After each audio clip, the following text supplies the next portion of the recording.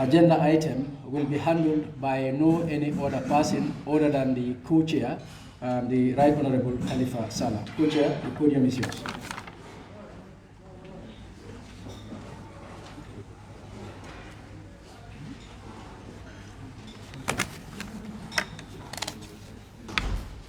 Thank you very much, honorable party leaders, the diligent members of the IPC,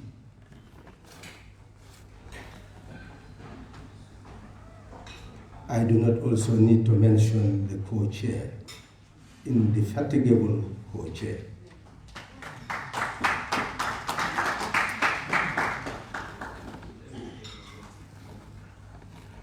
The UN resident rep and team, indefatigable team, very diligent team. Our partners in ECOWAS, who had left no stone unturned in giving support to the IPC.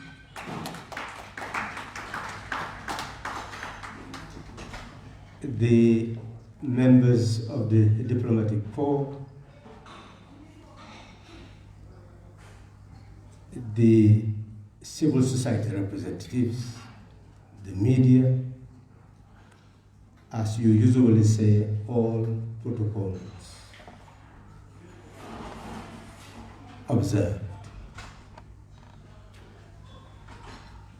I am not here to give a speech, nor am I here to give a lecture. We're here to open up a dialogue, a national conversation. We are all convinced that government based on consent is the cornerstone of peace and stability in any country.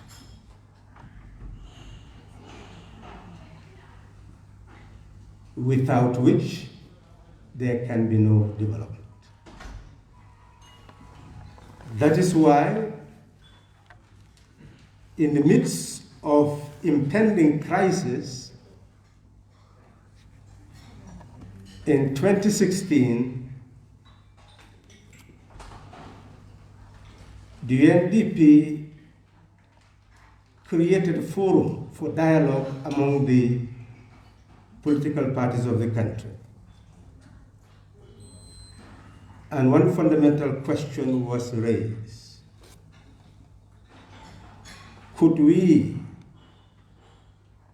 go through peaceful election without revitalizing the inter-party committee? The inter-party committee first arose as a result of a crisis which took place in 2005-2006 when an alliance was established and its existence challenged by arrest. President Obasanjo was charged by the A as the chairman,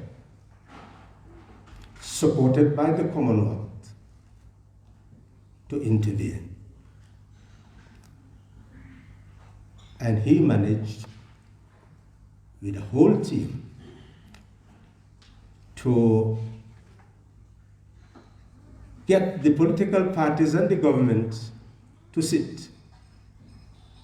And at the highest level, a conversation was opened, and ultimately there was agreement to establish an inter-party committee as an instrument to continue to foster that dialogue.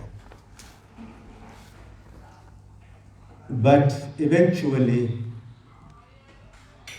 it also went into coma. But in 2016, the same agenda emerged again for its revitalization.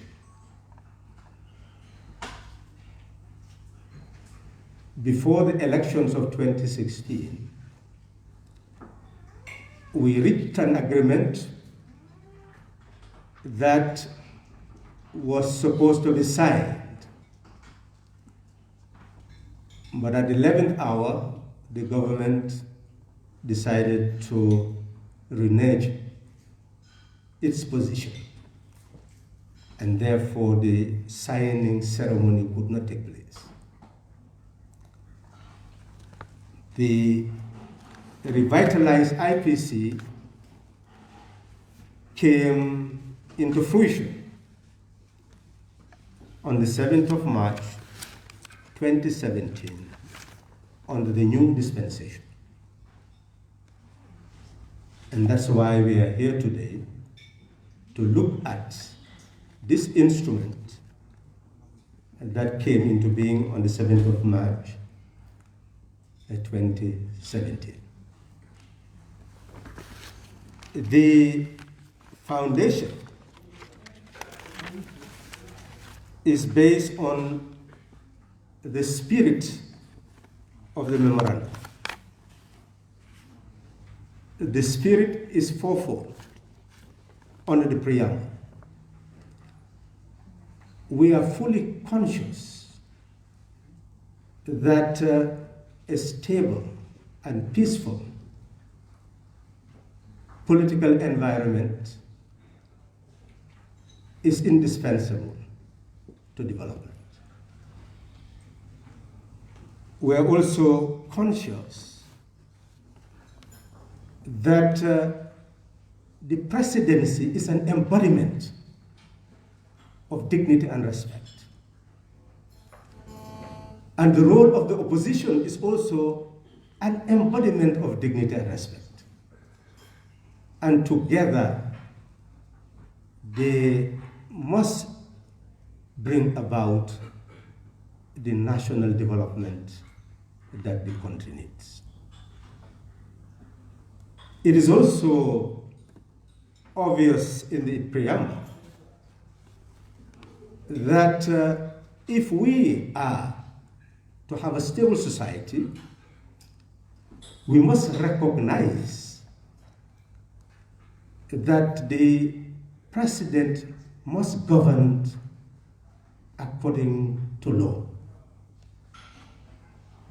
and must be allowed to govern according to law. But the executive must also recognize the right of the opposition to freely exercise the freedom to take on board, criticize, oversee what is done in the interest of the country. With such a relationship, we should go to the fourth leg, where a spirit of national dialogue between political parties and a conversation among the Gambian people that would encourage the national interest to be protected would be the spirit on which a new political dispensation could be built. That is what the memorandum envisages. It creates three principles for the consolidation of the spirit. First and foremost, it sees the need for national reconciliation. Secondly, in addition to the national reconciliation, it sees the need for consolidation of the rule of law, of democracy, of due process, of ensuring that we live in an order of harmony among our population. The second principle, it envisages that there must be peaceful and credible election. And the third principle is that we should respect the Constitution and the laws of the country, but must also be committed to a code of conduct. These principles underlie the basis of establishing the IPC. We are conscious of the fact that the electoral system is owned by us, but we need guards and fences to ensure that it continues to be owned by us. That is why we've agreed to a code of conduct to comply with the laws established, the electoral laws, the Constitution, any rule, regulation, must guide the behavior of political parties. That is one commitment that the political parties undertook before we signed the agreement. The second thing, we fully understood the importance of political association, that we are given the right to association, freedom of association, including political association under the Constitution, so that we enjoy it. And to enjoy that right means that once we establish political parties, every political party must have the freedom to promote its ideas without any interference, distribute its leaflets, its material without any interference, hold rallies without any interference, express itself in any manner it so deems under the law without any interference.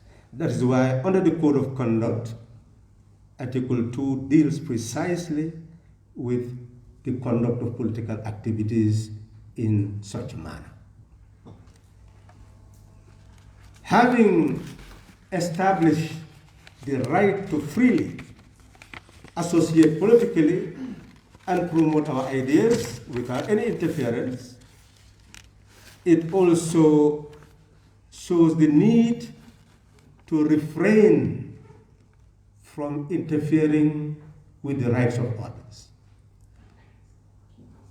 not stopping them from having their rallies, interfering with their rallies, or destroying their posters, any material that they have to promote their ideas. That is also part and parcel of the Code of Conduct. It goes further under Article 3 to deal with language, that we must ensure that when we exercise our rights, we do not use inflammatory or derogatory remarks to undermine the integrity of other political parties or their leaders, their supporters. And because of that desire not to use such remarks, Article 4 does conclude that utilization of such remarks could lead to violence and violent confrontation. It is not only enough to say that we should not use derogatory remarks, inflammatory remarks, but we must also be proactive. We must prohibit the use of what may create violence. It means that the political parties should instruct their members not to utilize those remarks or conduct themselves in any manner that would lead to violence or intimidation. We also became fully conscious that executive power goes with incumbency. And incumbency relies on the authority of the executive to govern, meaning the executive is endowed with resources and with the authority to command those who work in the public service. That command should not exceed the bound of what is reasonable and justifiable in a democratic society. And that is why Article 5 goes into the issue of separation of powers. That it is true that the executive should be respected and left to govern according to the law, but the executive must also not abuse the power entrusted to it. In that regard, those who exercise executive power should not use government resources to promote their political interests. They must not also command civil servants to operate in a manner just to promote their political interests.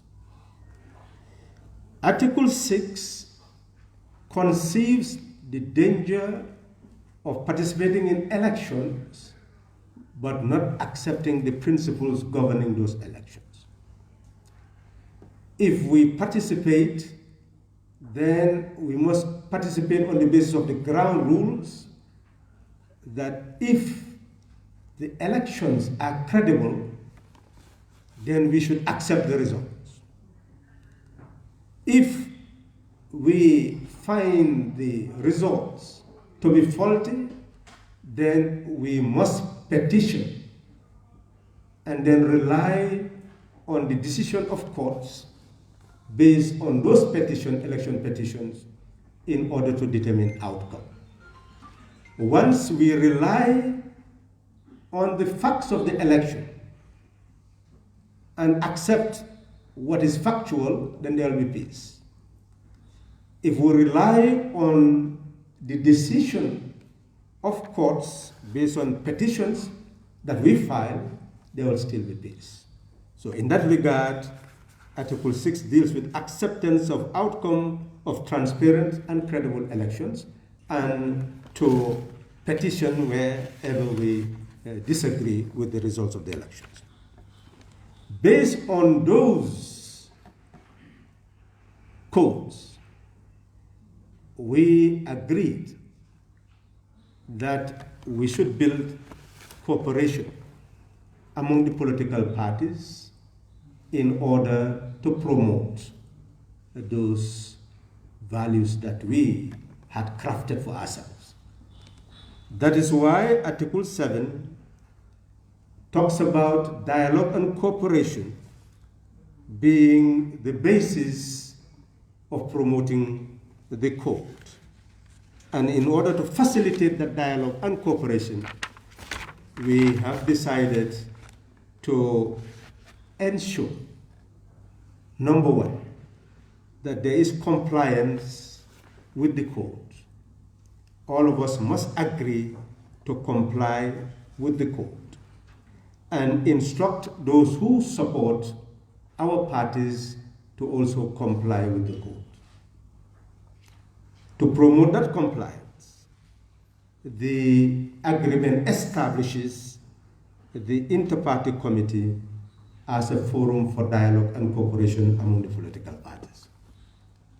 The Inter-Party Committee is given the mandate to receive written complaints from political parties, and the next following meeting of the Inter-Party Committee to review all complaints and discharge what is requested for. Based on that, one can see that there is need for institutionalization and operationalization of the Inter-Party Committee. And this is precisely the reason why you are here today. What has happened is the growth of the Inter-Party Committee. We had an agreement signed by few political parties compared to the number that we have now. In order to incorporate the new members, a resolution was moved and adopted for every new party to send a letter of accession of membership, and by that letter, once received, the party becomes a member of the Inter-Party Committee. Members, that is how matters stand. We are here today to bring that synergy that enables all of us to take ownership of the IPC, even to the point of looking at the issue of leadership, because the leadership is ceremonial. It is just facilitating the work to be done.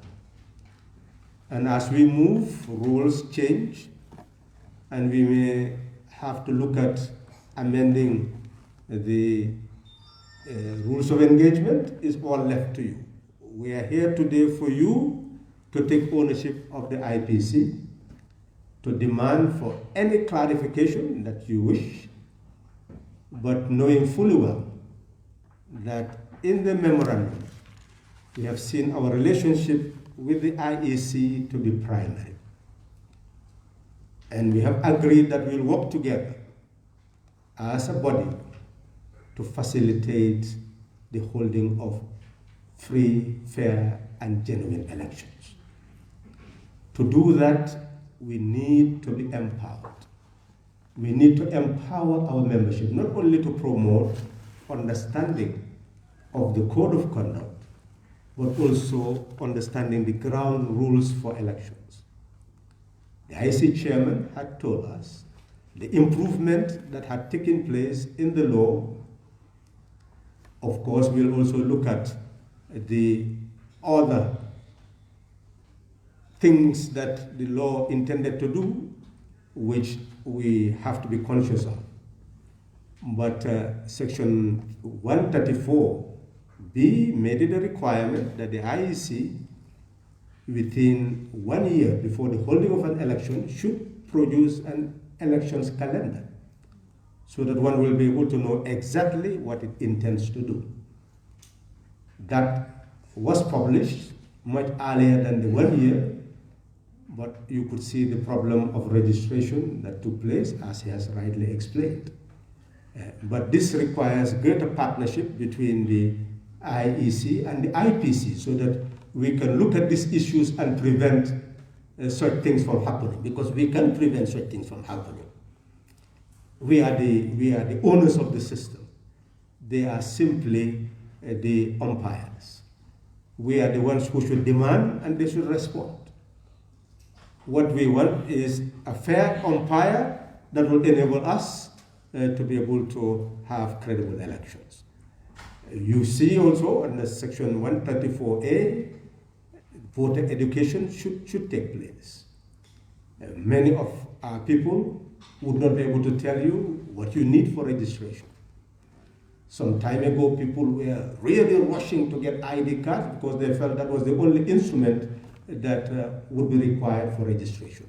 So all these gaps need to be addressed by the IPC in collaboration with the IEC in terms of education of those who are going to be voters.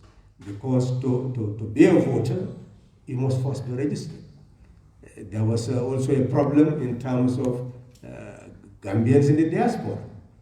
But if you look at Section 11 of the Elections Act, registration of people in the diaspora is mandatory. So in essence, as the IEC chair had rightly said, when Section 141 had made it also necessary for the IEC to register Gambians to participate in presidential election. But what had not happened is to create the basis to implement the law. And that's why the IEC must work closely with the IPC, and the IPC must become more proactive in demanding what it already has. If the law says that something will happen, or who will make it happen?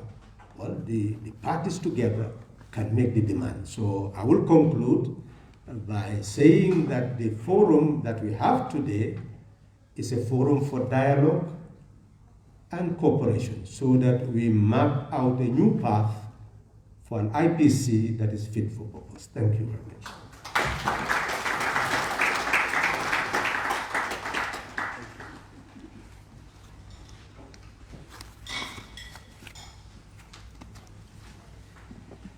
Thank you very much, Co-Chair.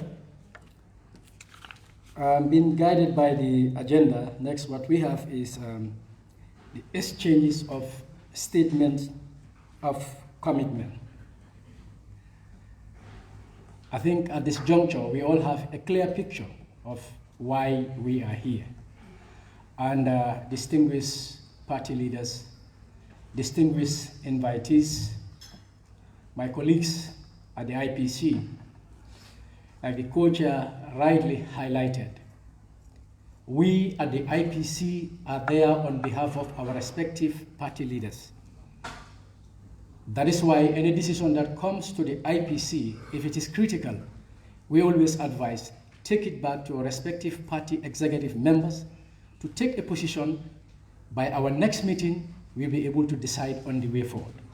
We've never, ever taken a decision on our own if it needs the involvement of our respective party leaders. When I say we, that is the IPC, because we are deputizing you seated before us here. Under normal circumstances, it should have been you meeting together. Whereas that was not possible, each party was given the opportunity to identify 2 people to serve in the IPC. And we made advocacy for gender sensitivity. We said, let's try in as much as possible among the 2, 1 male, 1 female. And this was observed by most of the parties, though not all the parties. But exactly. When we got to a level, so we said in some cases, it's crucial for myself and the co-chair to be attending certain functions of the IPC. And we shouldn't be a deterrent to the IPC continuing its work. It was agreed that, yes, coming from the 2 parties, each of us should have an alternate, but this alternate will not have the voting right. But let me say the beauty at the IPC is since its inception, there have never been a decision that led to voting. The resident rep can attest. She was a witness to a contentious debate at the IPC, where we have to frown at one another. In some cases, we are even not diplomatic to one another. But at the end of the day, we reached a consensus. Because that is the spirit, consensus building. We are from different parties, so we have different ideologies. But when it comes to issues that concerns the state, we should all be focused on what is of interest to the nation and not an individual party. And that is the spirit at the IPC. That being said, I want to take the opportunity to start inviting the respective leaders of the respective parties that are gathered here. Our target was for the occasion to end by 12:30, but that will be defeated. But I will try as much as possible to manage time. The previous speakers were at liberty to speak and stop when they wish to stop. But today, I think I am the most powerful person in this hall, that I can tell you when to start and when to stop. It's just trying to crack jokes because we have been very busy since we started. So I think it's important at least we bring fun in the business. I just want to appeal that we try in as much as possible to be brief when we take the podium. So what I will do is I will just be inviting leaders at random. It's not arranged. I can just call you from any corner. You come here. If you choose to take 1 minute, if you choose to take 2 minutes, 5 minutes, acceptable. But I don't think there is anyone who is prepared to stand and speak for 5 minutes. That being said, it is my honor, and colleagues IPC, let's give our leaders the due respect they deserve. When I call them, I want to see the hall shaking, yeah? Based on the applause that will be according them. The first person I will call, I'm sorry for addressing you by your names, is Honorable Bakari B. Dabo, Gambia for All, Secretary General.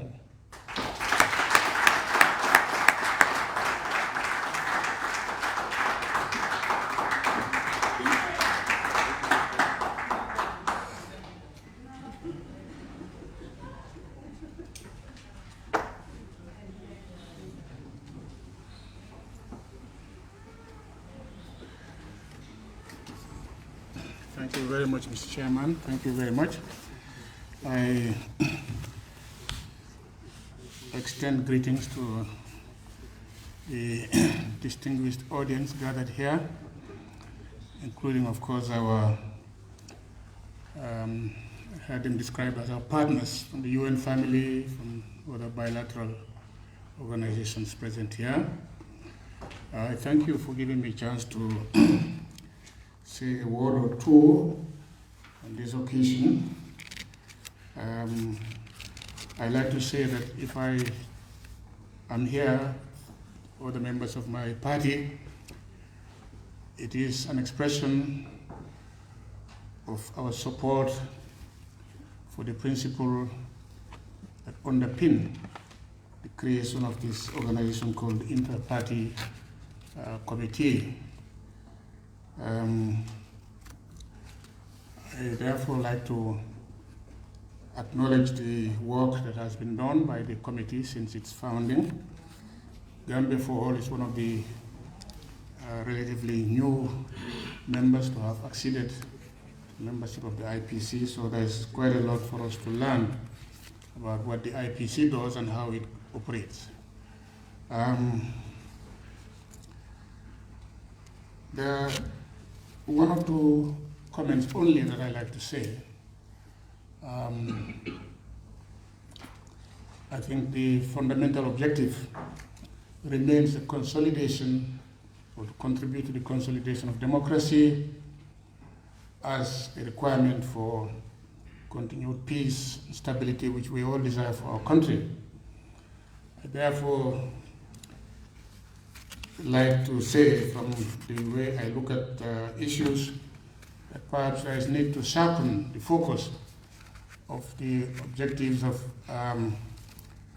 IPC on issues that we recognize as presenting a potential difficulties for the consolidation of our democracy.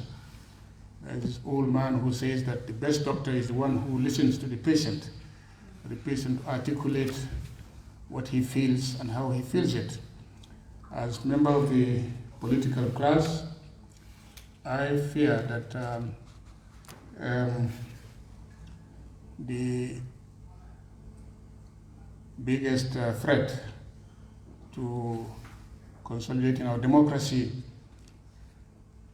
can arise from the integrity or the weakened integrity of our electoral system.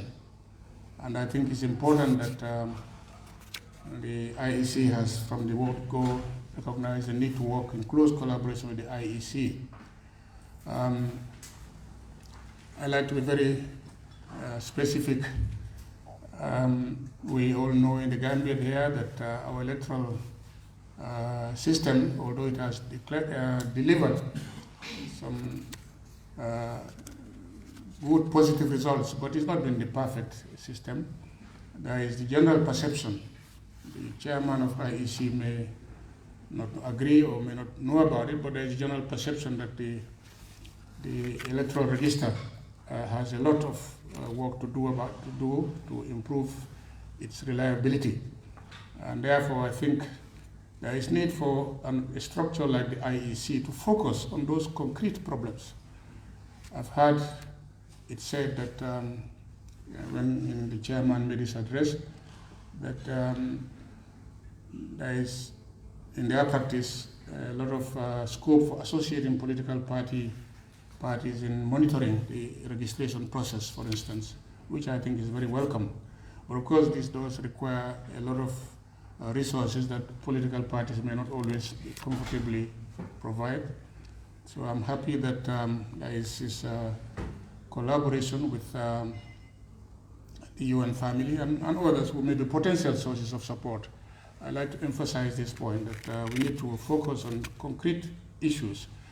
Our electoral register is believed very widely by a lot of people to be very unsound, in the sense that there is a sizable number of voters that are suspected to be in that register. And the challenge, therefore,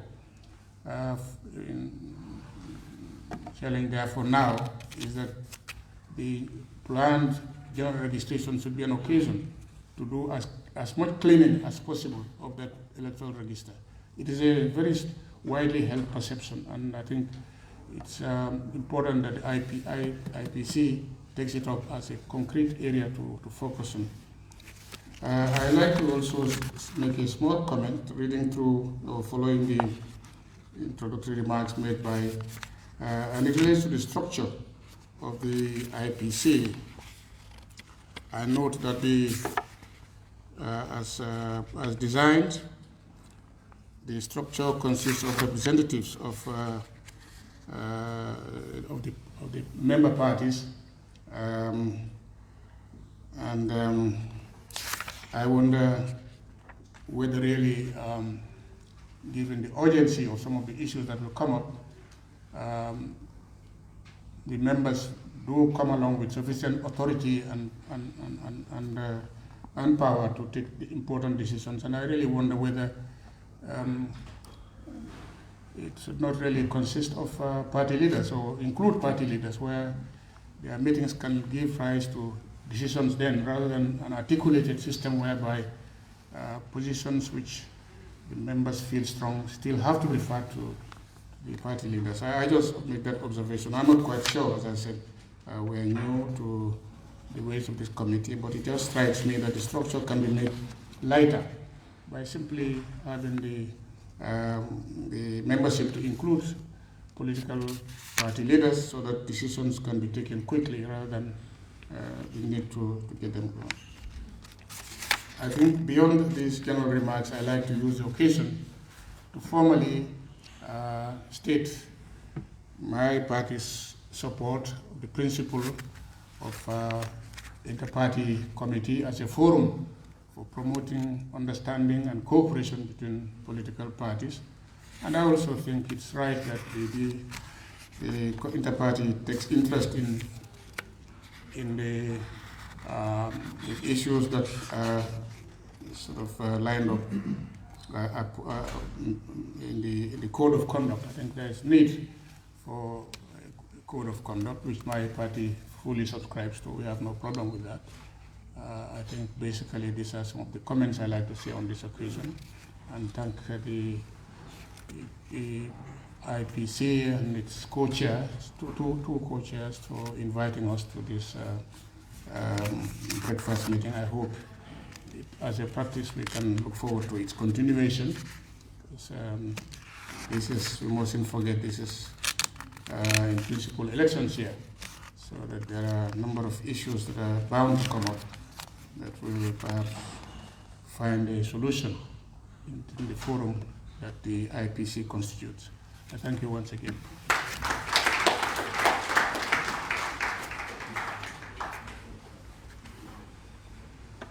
Thank you so very much. That's the statement of commitment from the leader of the Gambia for All Party. Next on my list, I will move to the center table, where I have the honor to invite Honorable Fabakary Tombong Jatta, leader of the APRC.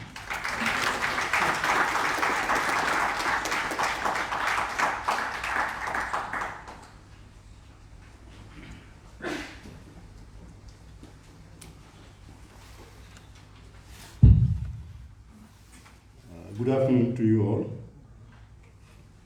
Thank you, Co-Chair. May I seize this opportunity to first of all thank the Co-Chairs and the entire membership of the IPC for their tremendous contribution towards ensuring a peaceful and democratic system in the Gambia. Honestly, over the years, you've done a wonderful job. And reading through the MOU, and of course the presentation by the co-chair, it almost embodied all that is required to ensure peaceful, transparent, and credible elections if we partner together, political parties, and of course the IEC. It is stated that power is derived from the people. And therefore, governments come in based on the diluted choice of the people. While I agree that the electoral laws in this country may be good enough to ensure transparent and credible elections, I do hesitate to add that having credible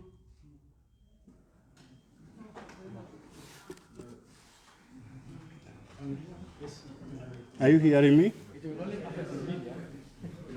I think they will come back soon. Very soon. He's saying they will come back very soon, and we need you on record. So maybe you just have to. They are back. Good. Just wait for the PA system.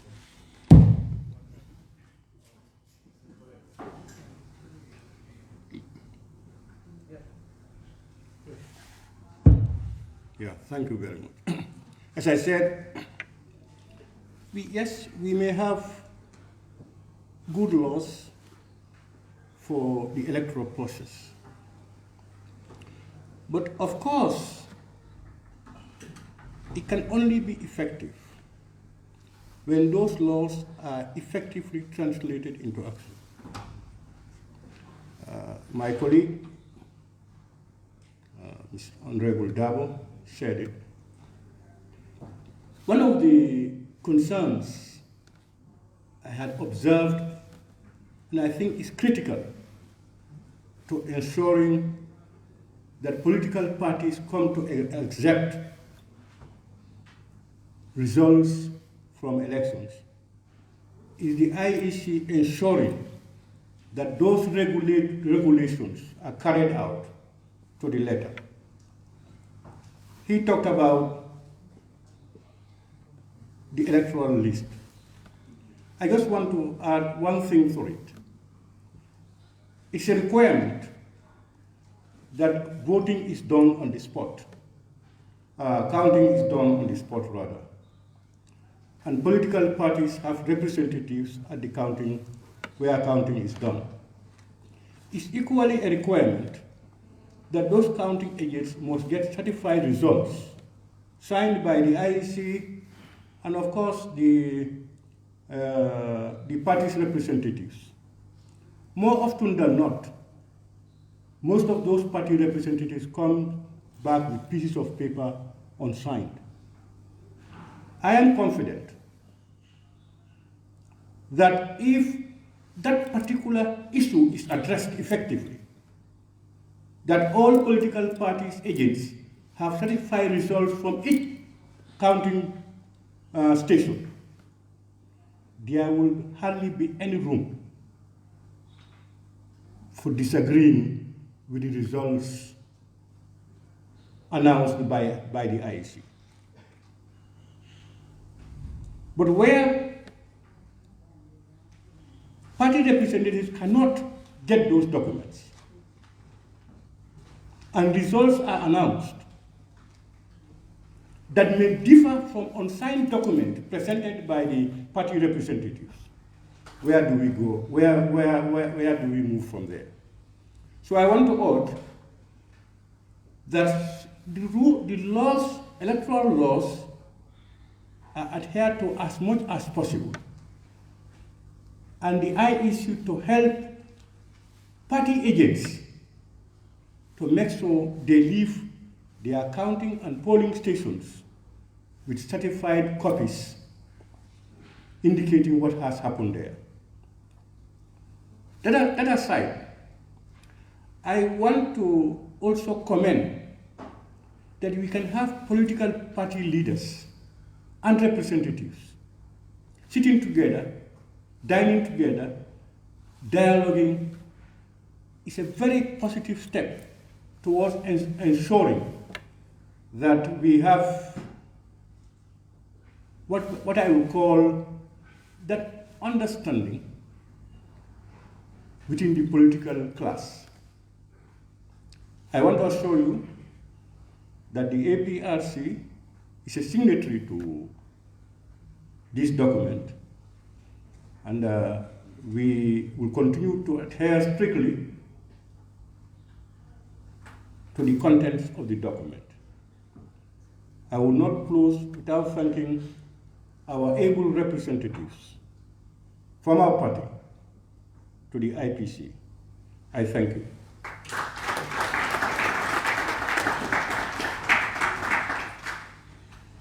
Thank you very much.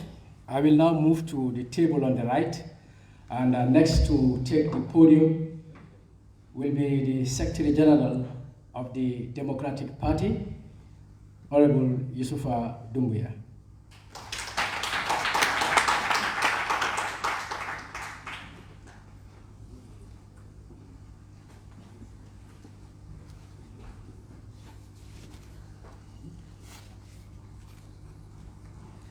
Thank you.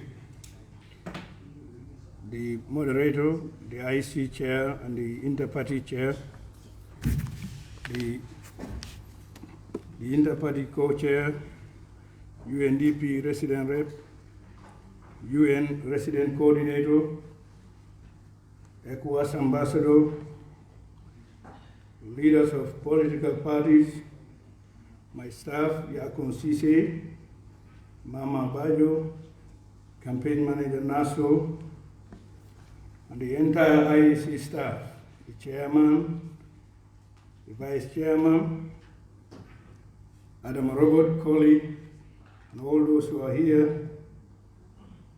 Thank you for having us here today.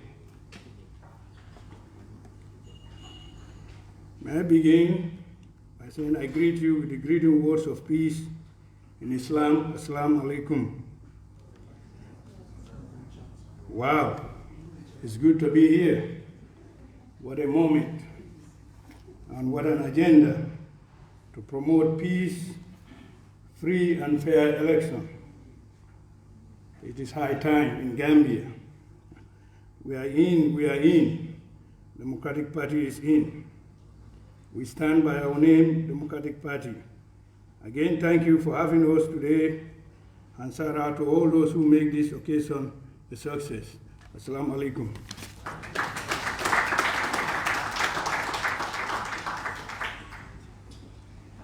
Thank you so much. I will still remain on that table by inviting the Secretary General of the Gambia Democratic Party in the person of Honorable Mama Kande.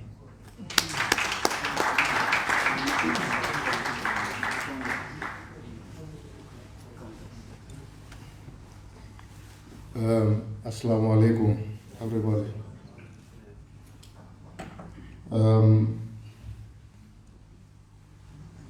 The colleagues from different political parties, the UNDP, UN ECOWAS representatives, the media, the Bar Association, the two co-chairs of the Inter-Party Committee. I salute you all and say good afternoon to you.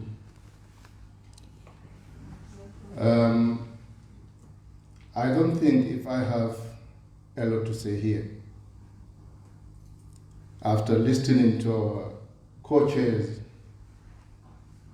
Honorable Salah have explained to us and have told us the history of the Inter-Party Committee, of which the GDC is already a signatory. I don't think if anything new here that at the level of the GDC that we don't know about the Inter-Party Committee. I also want to congratulate and thank all the representatives from different political parties who have made this day possible for us all. I would also seize the opportunity to congratulate all the newly registered political parties, those that I have not had the chance to interact with.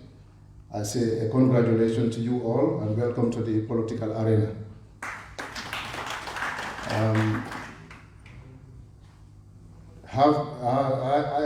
By saying that, I believe it's all about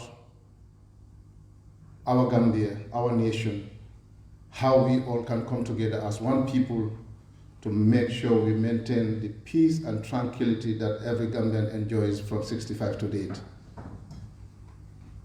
And I think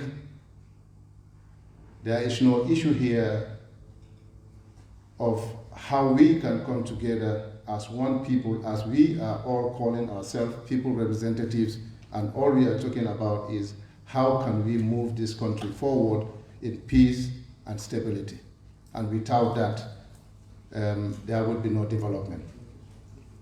So I think those that have come up with the idea of introducing this inter-party committee, I would respectfully say to them, thank you. Because without us coming together as one people, we cannot make any difference in terms of development. What is left now is how are we going to make sure that the masses, that is, this information will filter down to the grassroots.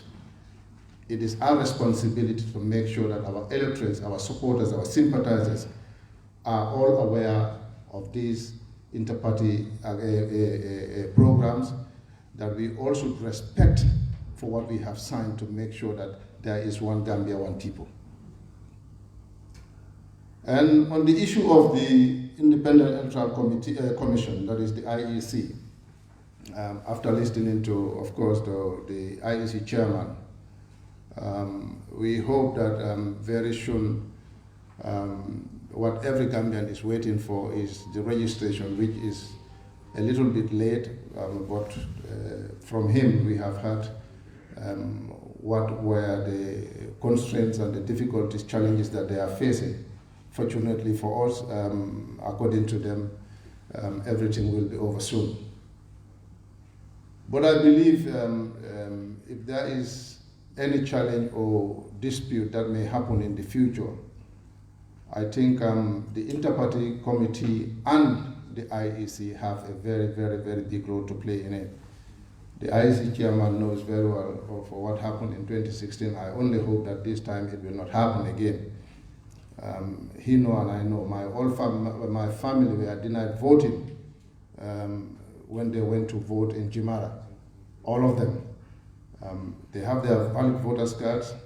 Their names were in the registrar, but they were denied voting because there are different numbers from the voters cards and what was in the registrar. Which I believe I don't have any machine or any means to produce a voter's card to my family. But still the same, I hope these things will not repeat. The simple reason why I'm saying this here is for the Inter-Party Committee also to understand such things can happen.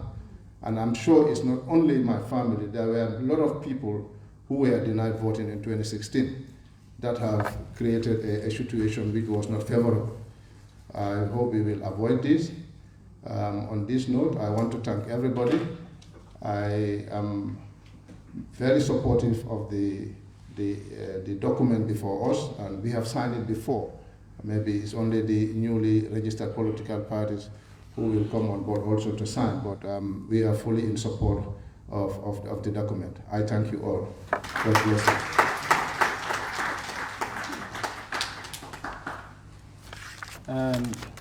Thank you very much, Honorable Kande.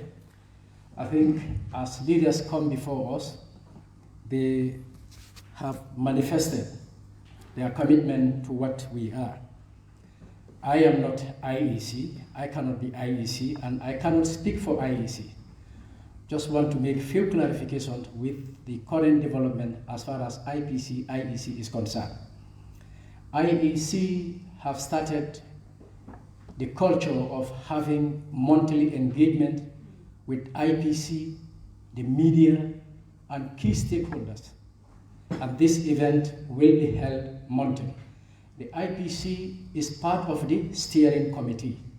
So to allay your fears, make the best use of your members at the IPC, give them as much information as you can, so that when they attend these meetings with IEC, they can bring up your concerns.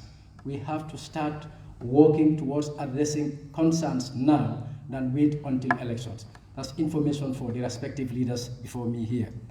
Next, I will move to the center table, and to take the podium is the Secretary General and leader of the Citizens Alliance, Dr. Ismail Sisi.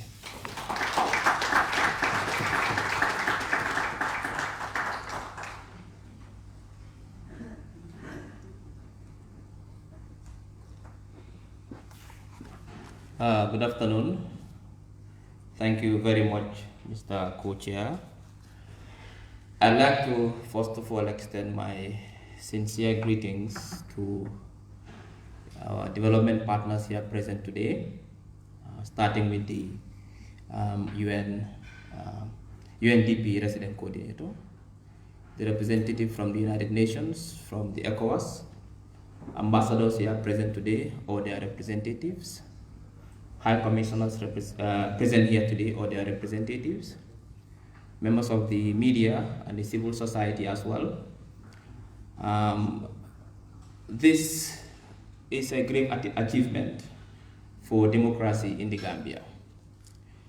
Therefore, I'd like to acknowledge the good work of the Inter-Party Committee under the leadership of the two co-chairs, Honorable Halifa Saleh of the PDOIS and Honorable Amul Nyasi of the APRC party. I think we should give them a round of applause for doing a wonderful job. The Citizens Alliance support the Code of Conduct and the MOU of the Inter-Party Committee to the fullest. And we promise to adhere and comply to the document before us today. This is a very important year for the Gambia. We are at the crossroads. We are going to organize, if not the most important elections we've had since independence, for many reasons. the increment of the number of actors in the political space, the new democracy, also the environment as well. I think most of you will agree with me that politically there is a lot of polarization in this country. The stakes are high, so therefore the IEC, which I would take this opportunity to thank for doing a wonderful job, and they still continue to do a wonderful job.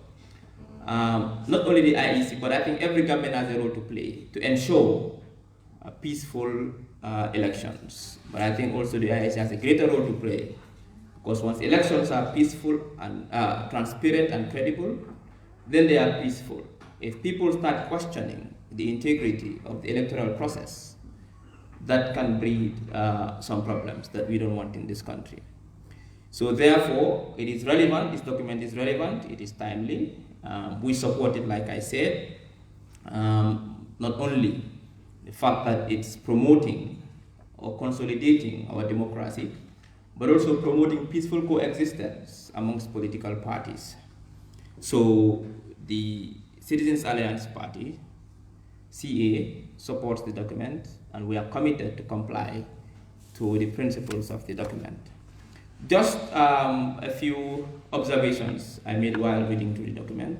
Excuse our ignorance, because we were not part of the team that designed and drafted this document, so therefore certain things are not known to me, but just recommendations if the Inter-Party Committee thinks that they are worthwhile. One of them is the title. If you see it, it says Memorandum of Understanding between political parties registered by the IEC. But as I understand it, it is not only an MOU here, it is also a code of conduct. So therefore it would make sense, in my view, to say Memorandum of Understanding and the code of conduct. So anybody who sees the title will know that embedded in this document is not only an MOU, but also a code of conduct. The second thing I'd like to raise has to do with Section 5, separation of powers.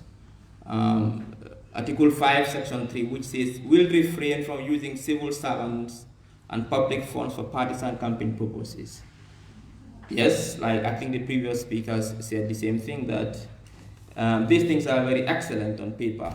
Implementation is where the problem lies. Compliance is key here. I hope that the incumbent will comply, because it is only the incumbent that has access to state resources, especially civil servants or the media or state resources. The other issue is Article 8, Section 5, which says, will not abuse the right to complain about violation of the code or make false, frivolous, or vexatious complaints. Frivolous, in my view, is a subjective word. Therefore, there is some vagueness there. Who determines what is frivolous and what is not frivolous? We have to understand that this document will stand the test of time. Those who designed this document might not be here in the next 20-25 years' time. So what they might mean in this document, in terms of spirit, will not be the same as those who will come after us. So interpretations might cause problems. And I observe also the same thing when it comes to the Article 8, which is arbitration procedures, Section C. The Inter-Party Committee may resort to any appropriate method of fact-finding. What is appropriate? This also can be subjective, but maybe appropriate method of investigation to me might not be the same for somebody else. So for me, these ambiguities need to be really clear. I think the final thing has to do with the composition of the Inter-Party Committee itself, which says that the co-chairperson nominated from the ranks of the ruling party, one should come from the ranks of the ruling party, like Honorable Amulnyasi, and the opposition, like Honorable Khalifa Sallah, respectively, will be elected for a period of 5 years and will not be eligible for re-election. Now, I'm not sure since when the IPC was established or since when the term of the current co-chairs started. Therefore, if we are to go for elections before the 2021 elections, what is the ruling party here? Because as far as we understand, we have a coalition government. There's no ruling party in government. So how will we elect a co-chair from a ruling party when or if there is a coalition government, or if in the future there will be a coalition government? I think these are things that I would like to bring to your attention. If you find them worthwhile, you can make amendments. If you think that they are not very useful, well, we can leave the document as it is, but it will not change our position that we support the Inter-Party Committee. We recommend your work, we support this document, and we are committed to adhering to this document and to complying to the codes of ethics and codes of conduct in this document. We thank the Inter-Party Committee once again. We thank our members who attend on our behalf the Inter-Party Committee meetings. We thank you enormously. We thank everyone for attending, and we're looking forward to ensuring that this norm which we just started, that bringing political party leaders together on a quarterly basis to discuss issues that can affect our country or that are affecting our country. This is very useful, it is timely, it is relevant, because it is only through this that we can create that chemistry between political party leaders and discuss issues that we think should be solved by the political class. I thank you for your kind attention.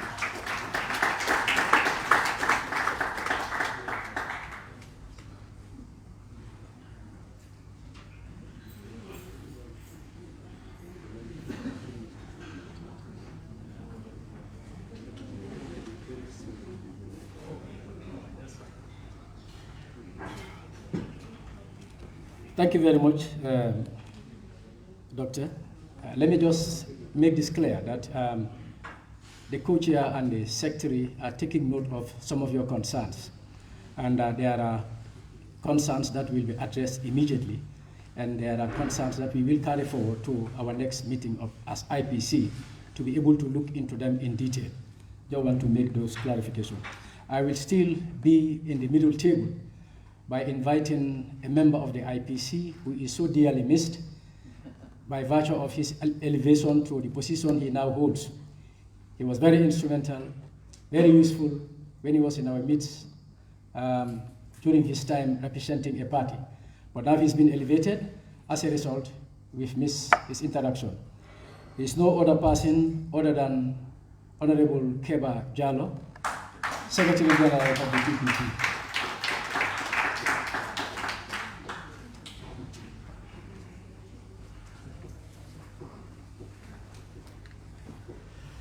Thank you, co-chairs and my colleagues. Thank you, the members of the IPC.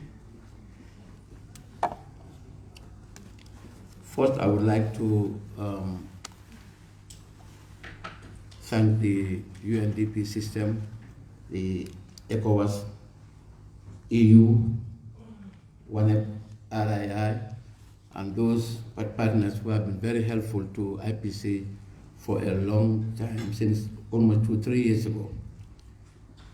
I will speak more about the IPC because PPP has been, since the inception of IPC, we have been a very strong member and supporter of the IPC. So for us, it's a continuation of our support that we have for the country and the IPC. I just want to thank our foot soldiers in the persons of the IPC committee. I was part of you until a few months ago. We toiled together, we worked together. I have seen the dedication, the love for your country, the selfless sacrifice you have for your country. In times when, even if it was raining, we would go inside the rain and walk throughout the country. For that matter, I support and I hail you so much that whatever we are doing today is because of the hard work that you have done. And again, I have to reiterate the fact that IPC members are never paid a jealousy.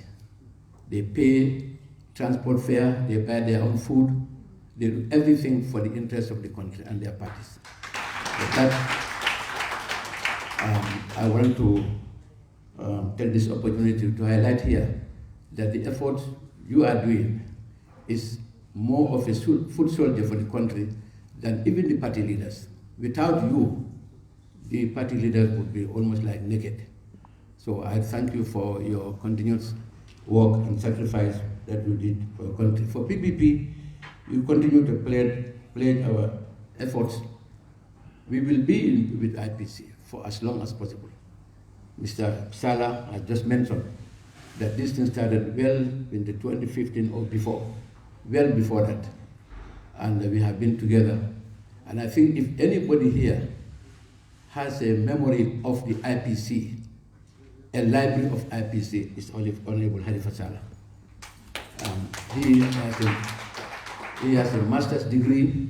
He knows the ins and outs of the IPC from day one up to today. So we thank you, Honorable, you and Honorable Amnunyasi, for the efforts we are doing.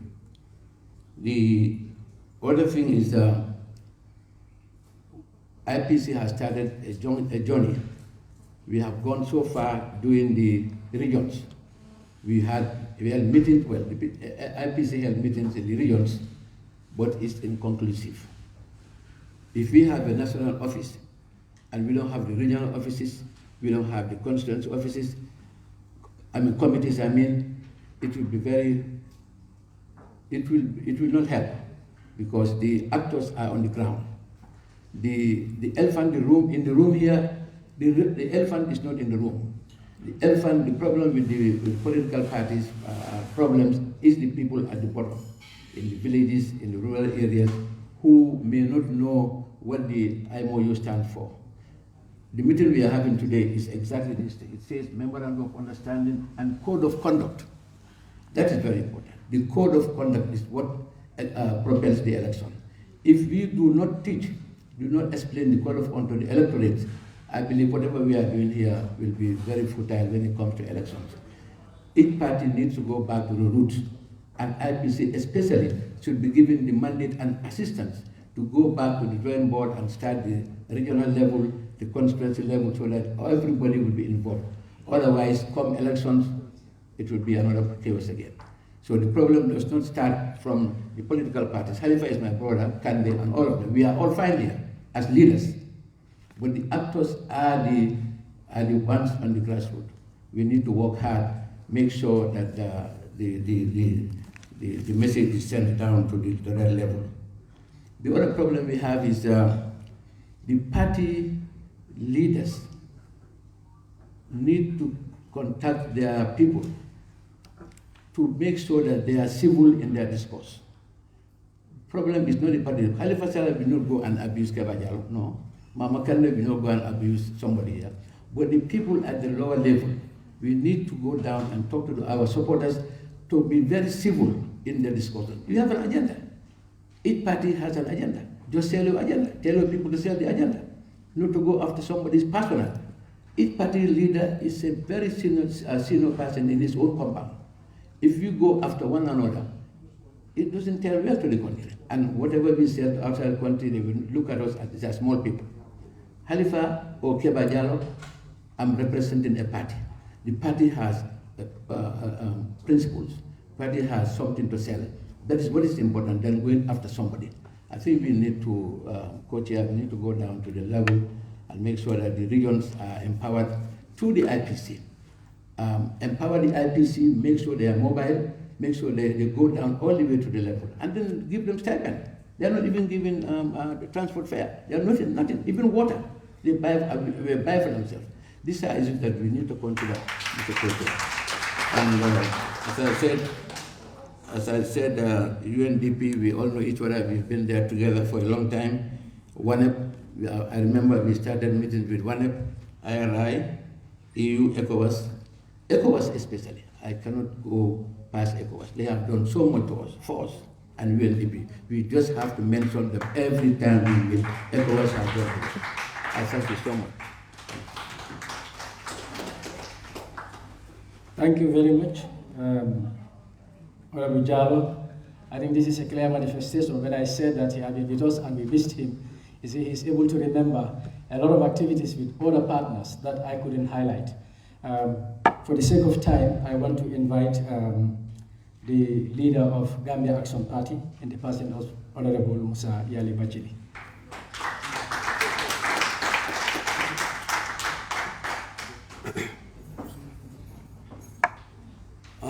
Assalamu alaikum wa rahmatullahi wa barakatuh. I'm greeting the High Commissioner, U.S. Ambassador or their representative, my colleagues, my political leaders. I have less to say today. The urgencies for changes in the Gambia is palpable. And I'm urging my political leaders to talk to their supporters from the grassroots level for us to have best unity among us. For IEC, I have a great hope and trust in them. They are competent, they know what they're doing, but neutrality is my concern. In Gambia, the IPC Inter-Party Committee, I'm overwhelmed today to see people with different thoughts in political arena. I'm thanking the co-chair or the co-chairs for the tremendous job they have done to establish this committee. Today, I really want to say a lot, but I'll precise it. Gambia is a beautiful country. No one can develop this country unless we, the Gambians. And the only way to bring unity and stability and peace is us.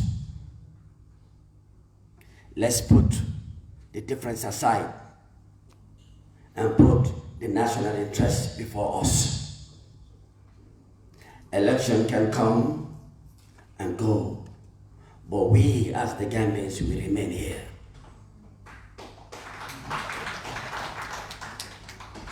In 2016,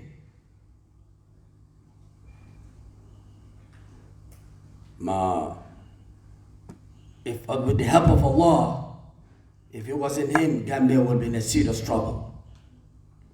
But 2021, the political system that I'm saying now, if we don't maintain the peace among us, God forbid, the chaos will not even stop in Gambia, it will be around all the echoes.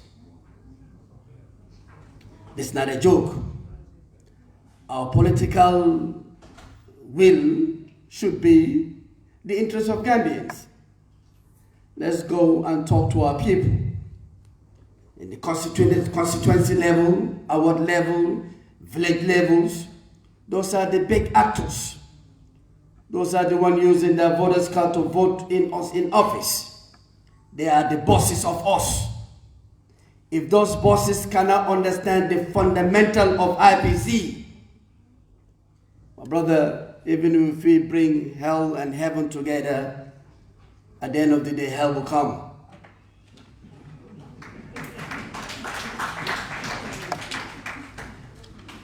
I'm urging our leaders. Let's not tell our people to believe in us as a semi-God. We are urging our leaders to tell our people to believe in themselves, that they are the bosses, we are the servants. When they believe in that, they are the boss, we are the servant, and we act as a servant, unity will rise in Gambia. But when we tell our bosses that we are the semi-God, they will abuse us. IBC, I'm very, very, very happy. My uncle, IC Chairman Mamanjai, is my uncle. And I'm thanking you with your executive members. And I believe in you on the capacity of God. You guys know your job. I'm urging neutrality. Just neutrality. With neutrality, we will have a fair and transparent election. The UNDP, I heard from my colleagues that you guys really actually supported us, especially ECOWAS. I'm thanking you guys. But we have resources in Gambia to support this. We have the resources. We really have the resources. UNDP, yes, I'm thankful. We're all thankful on behalf of God. I want us Gambians to be independent. Anything we do, we support ourselves. But today, I wanted to say much, but let me cut it off. I'm thanking my people and the new political parties that are registered after GAP. Now we are 17. Welcome to the arena.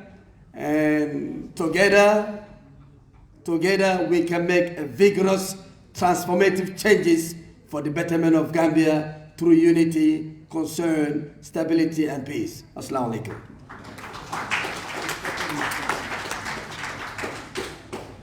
Thank you very much. I will now invite the National Chairman, Gambia Moral Congress, in the person of Honorable Mai Ahmad Fati.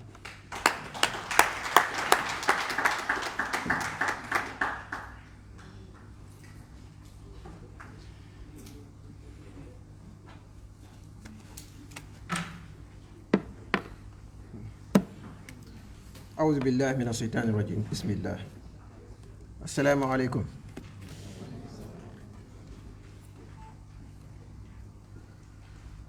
First, I'd like to register my profound appreciation to the organizing committee, the IPC, particularly the two co-chairs, the Honorable Halifa Saleh and Honorable Amal Nyasi, and by extension to every member of the IPC.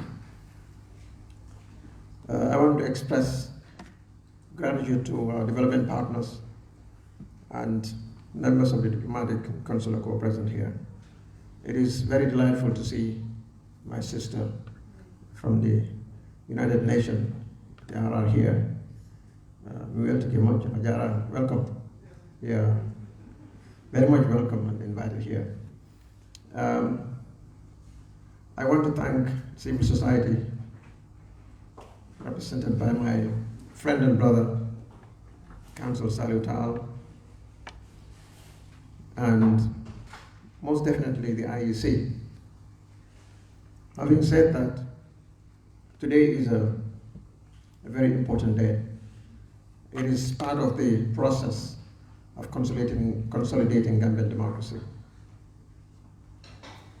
We've come a long way, and indeed, mistakes were made along the way. We've learned from some of the mistakes. But today, as we sit down and reflect on the next trajectory for this country, we must all remember that there is no competition here. And I mean that in a relative sense. What we have is a contest of ideas. And if that prevails in our interpersonal relationships, I think the MOU will be better understood in practice. So at the Gambia Moral Congress, the GMC, we believe that every political party that is registered in this country is a partner. We have the same goals, the same objectives. We differ in the route towards the destination. And this is how we understand the MOU to be. And so in our march towards creating a very strong and compassionate society and a country, a Gambia for all, we must hold each other as brothers and sisters, as people belonging to the same country, sharing the same destiny, moving forward in unison, in harmony, in peace, and in understanding, to build a future for our country that is durable, and that will be the envy of other democracies. Our size does not really matter. It is how powerful our ideas are, and how we are determined, or how determined we are to get those ideas move forward. And I will appeal to my fellow party leaders. It is we who can make or break this country. I say this because the country's loyalty and support, the political field, is distributed among us. We must always understand leadership is what is required. You may have a multitude and a flock that follows you, but you are the leader, and the example must come from you. But leadership too requires courage. And I do not intend or mean to lecture on leadership. Everybody here is a presidential material. But we must dialogue and exchange views. And that is why it is important that the message that we disseminate preaches peace, conveys peace. The conduct of leaders, particularly at the higher level, manifests the kind of country you would like to see for your own children. And so our relationships among each other and the way we conduct our politics will determine the kind of country that we will bequeath to the next generation of leaders. So fellow men and women, ladies and gentlemen, the memorandum is just paper. It is just paper. It's just a collection of the intent, declaration of intent. It is nothing, and it means nothing if we are not honorable enough to live by it. So the catchphrase here is honorable. That's the catchword. We all go by the title honorable, honorable. It must be earned. In our dealings, in our actions, we must exemplify what we seek to establish. And that is the only way that this country will change. We must reflect the reform that we would like to see. We must give respect and expect respect. We must honor each other, because that is the only thing we deserve. And that is what the people of this country deserve. By sticking to the memorandum and the code of conduct, you would be honoring the people of this country. Every citizen in this country is sovereign, and each citizen deserves to be respected, to be honored. They are the shareholders of a company called the Gambia. And so, fellow party leaders, civil society, the diplomatic community, this country must remain intact. The Gambia must succeed. The new Gambia must be created. But I agree with my friends at Doi. The new citizen must also be born. Without that, it is going to be a merry-go-round syndrome. And the desire to make the Gambia one of the best in the world will elude this generation. We have a historic responsibility that must be achieved. I think it's important, as someone said before,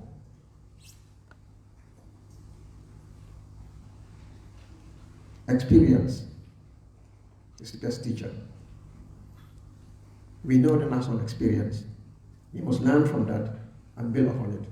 I have absolute confidence in the ability of the IEC to repeat history.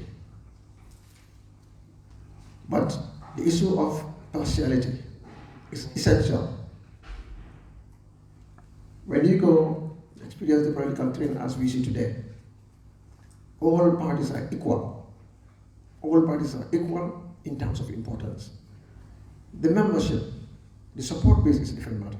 Just like the United Nations, every country has a vote. So among us too, the IEC would create more peace and consolidate stability if it ensures that everyone is subject to the same test and that everyone is made to follow the rules. And oftentimes, this is not sometimes the case. So I would plead with the IEC to make sure that everybody follows the rules and there are equal sanctions in everyone. Because it is not election day that matters. It is the processes leading towards an election that determines the fairness and the credibility of the election. The days, the weeks, the months, even the years leading to an election determines the credibility of election. Not people lying up peacefully and going casting their ballot. That is not what determines the election. It is the process, it's the campaigning process, the electioneering and the campaigning processes. Are they free and fair? If they are not free and fair, then the results of that election cannot be deemed credible. This is the position of the Gambia Moral Congress. And it is the IEC, the arbiter, who must determine that. And I think I'll just stop here. But before leaving, I would like once again express great appreciation to the IPC. The Honorable Halifa Saleh deserves special commendation. I know this because I worked with him during the coalition, and I know he's very diligent, and he does a good homework. The documentation, the preparation, the conceptualization, he does a good job at that. So let us honor each other where it needs to be. Let us recognize each other where we need to recognize. It takes nothing away from you. In fact, it speaks of who you are. So, Honorable Halifa Saleh, thank you very much for being so diligent. And I know without some of your sacrifice, we may be here, but it may take a little longer. So on that note, I want to pay homage to you today. Of course, not forgetting your co-chair. So ladies and gentlemen, this is the spirit. Let us embrace each other. It is a spirit of cooperation, camaraderie, and brotherhood. And for wisdom, we can turn on to anyone. I want to turn to Uncle Bakari, and I want to do this publicly today for your inspiration, for bringing us up politically. Thank you, Uncle. The rest of you, my colleagues, we have a great day ahead of us, but most importantly, this year is going to be history, and we will celebrate it together. It is the triumph of the Republic of the Gambia, and not any particular political party. It is the success of Gambian democracy, the success of the Gambia. Thank you.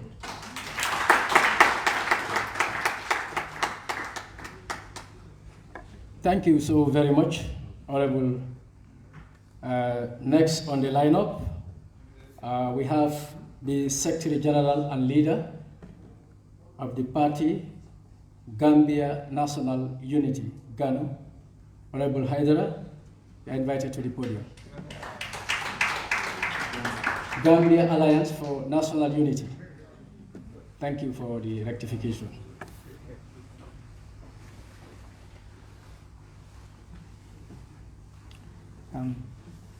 Assalamu alaikum wa rahmatullah.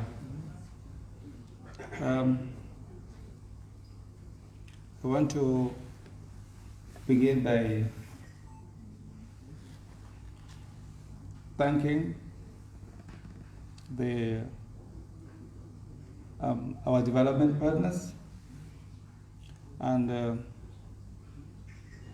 the ECOWAS and the U.S. ambassador, I understand, is with us here, UNEP, and all the other development partners. And of course, not forgetting the co-chairs, the two co-chairs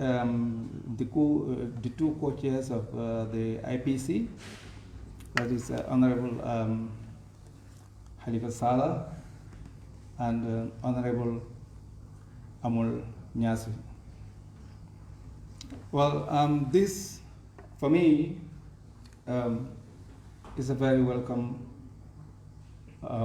idea to gather all the political heads to look and to remind ourselves of a document that has been prepared before some of us were registered, or before some of us even thought of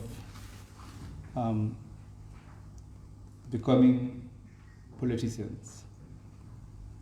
I have had the opportunity to glance through the document, to go through it, and I realized that if we follow what is in that document, the MOU, it will guide us, and if we follow it strictly, we will get to where we want to.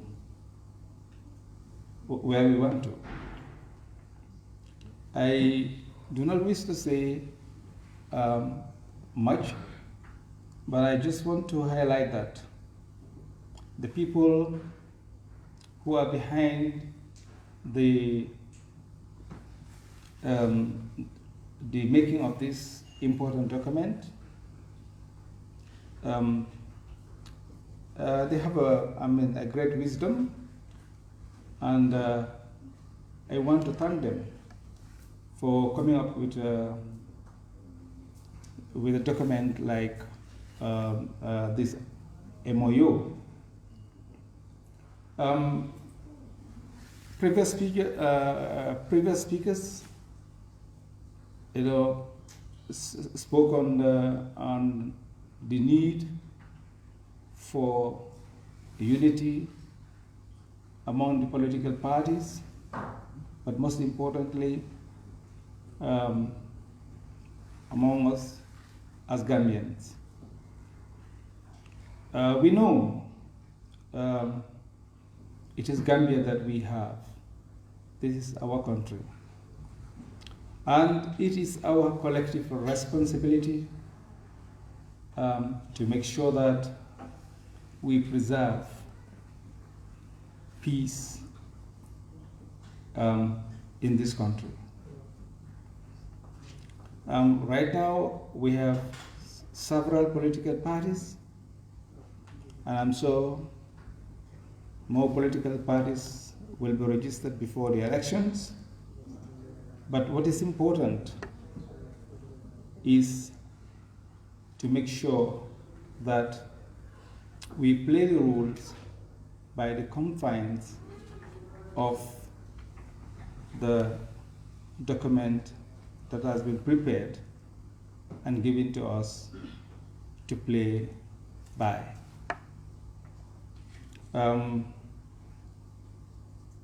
After saying that, I also want to especially thank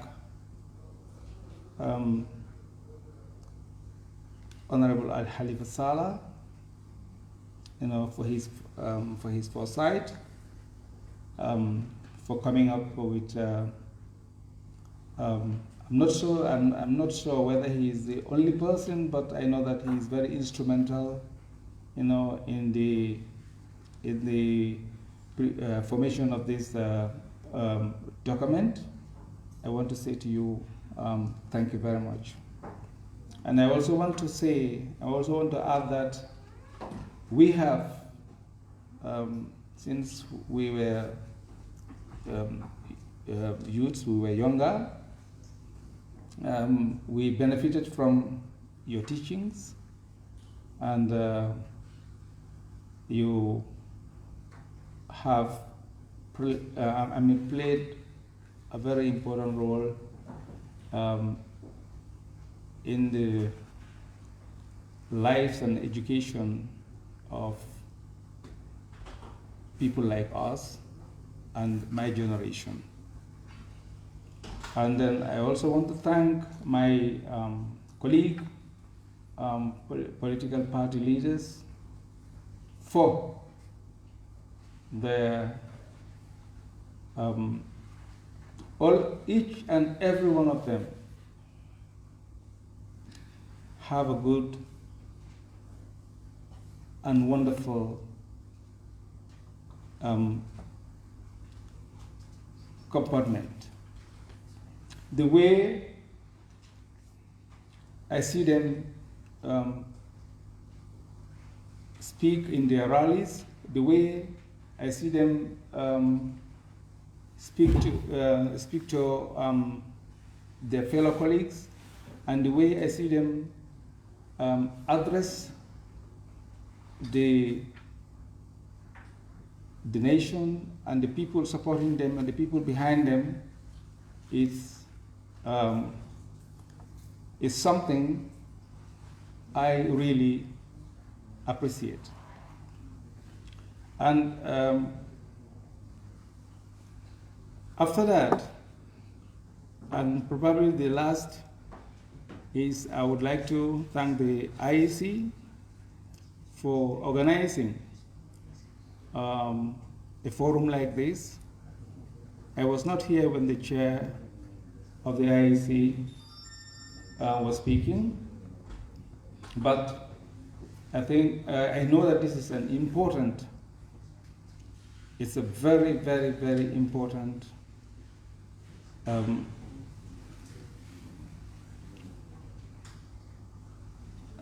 I'm sorry because I'm not used to I'm not used to speaking in public like this. But I want to thank them for bringing the political party leaders and for other stakeholders, so that we can discuss, things of common interest. The IEC, I know I have confidence in the IEC. I know that every individual, or almost every individual, have some form of bias in one way or the other. But I know and I believe that the IEC I know today will not be guilty of a bias that will make them a subject of ridicule. I have confidence in you, and I know that you are here and you will be here for all the political parties. And for the other members, I want to say thank you. And all those who speak before me, I want to say I have listened to your deliberations and to your speeches. Being new to this IPC, IEC thing, I am not au fait with a lot of information regarding the IPC. However, I have gone through the document recently, and what I read really convinced me that if we play by the MOU as political leaders and as leaders of this country, it will guide us to where we want to go. That's what I want to say. And I want to thank everybody. Thank you so very much, Honorable Haidara. Still continue from where we are. Next on my list, we have the Deputy Senior Administrative Secretary of the United Democratic Party in the person of Madam Olidiba Wada.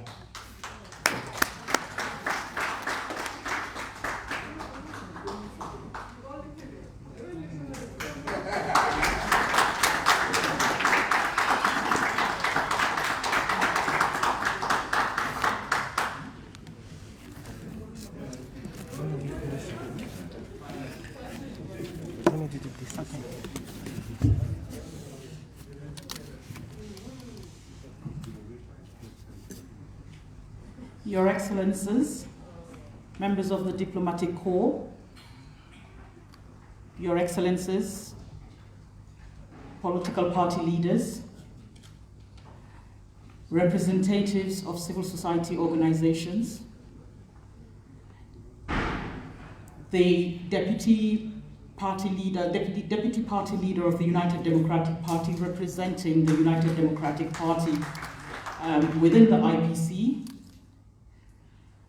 the chairperson of the IEC, distinguished ladies and gentlemen, all protocols respectfully observed.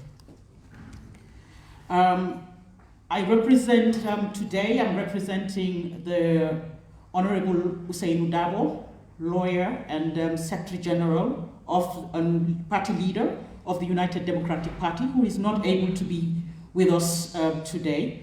As such, I am representing him this afternoon. Our commitment today is just to enhance the United Democratic Party's continued commitment on the principles of the Code of Conduct agreed between political parties. We commit to continue to work together towards sustaining peace and holding of free, transparent, credible, and peaceful elections. And we also continue to commit to amicable dialogue, cooperation within other political parties. So in essence, I would want to reiterate the United Democratic Party's continued commitment on the Code of Conduct and Memorandum of Understanding of the IPC. In concluding, I just want to express my heartening concern on the representation of women in political parties.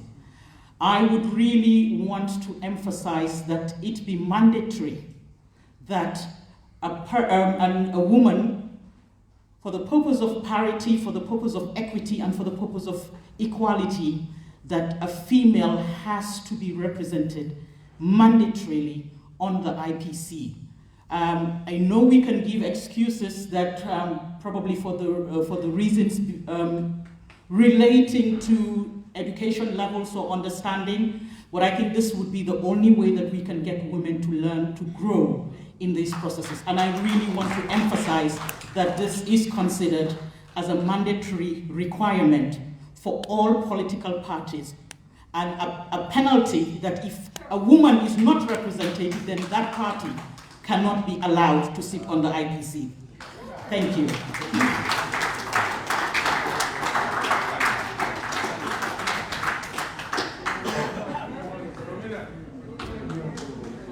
Good afternoon, ladies and gentlemen. For the purpose of continuing the program, I'm just holding brief for Honorable Amul Nyasi. This is the beauty of the Inter-Party Committee. Now, inviting to the podium here should be Mr. Yaya M. Sanyang from the National Convention Party, Administrative Secretary. By the way, I am Suleiman Youth, the Secretary to the Inter-Party Committee, on behalf of the Independent Electoral Commission as the Director of Administration. All right. Welcome, Mr. Sanyang.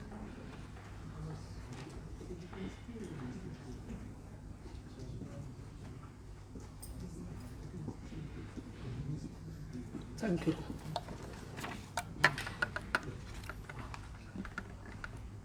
Good afternoon, my colleagues. Good afternoon, honored guests, members of the diplomatic and international community present at this forum. I'd like to thank everybody for your attendance.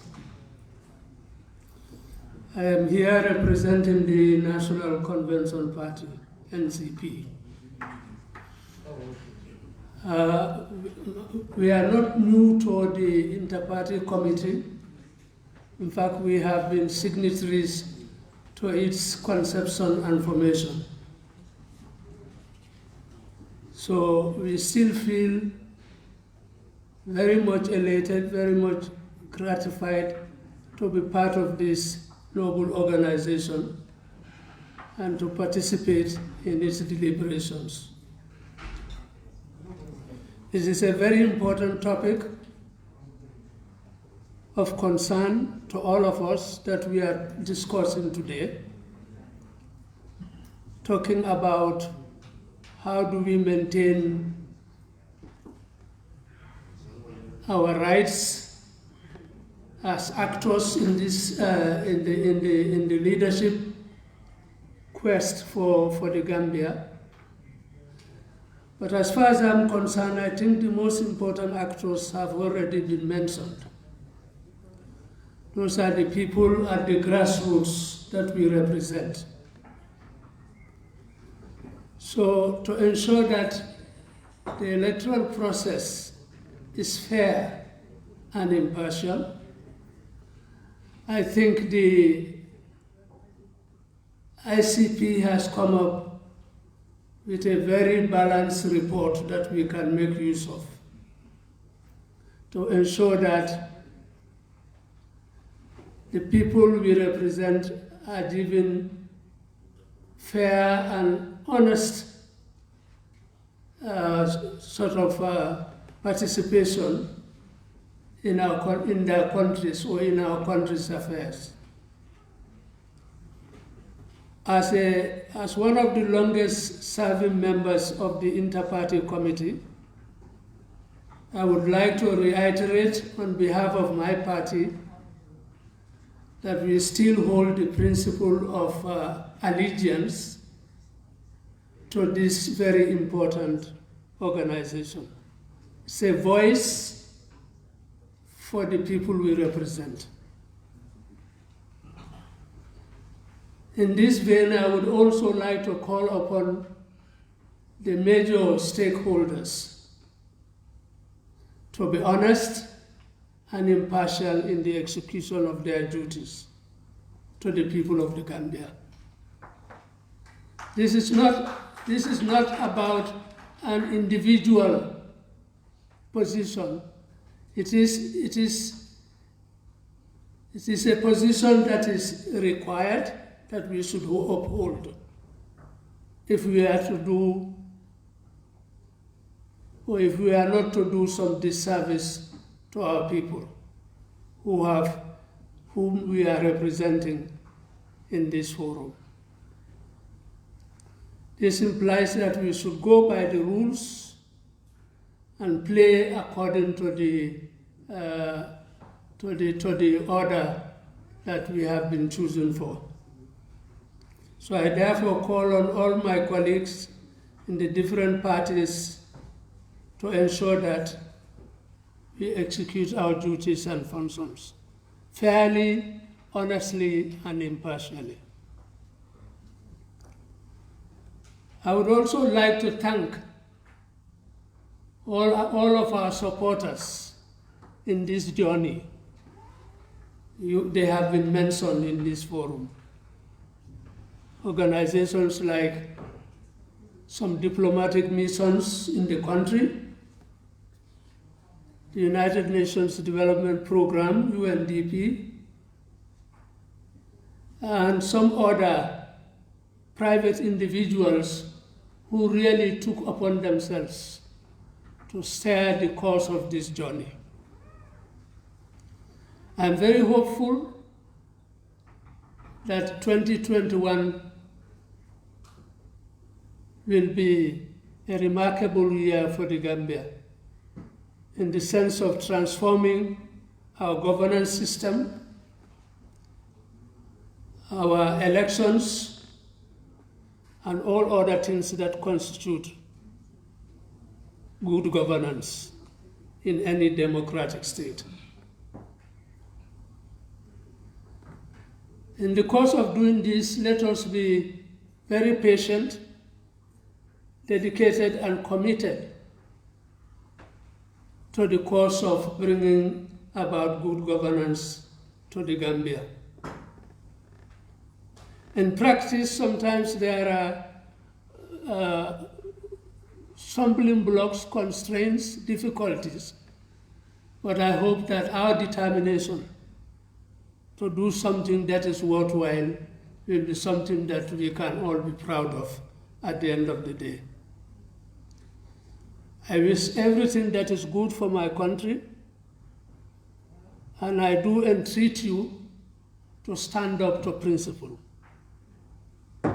It's not about those simple things that we look at which may not be that important, the Gambia supersedes everything that we hold as individuals. So we must be concerned that we'll rise up to the occasion and we will do what is best for our country.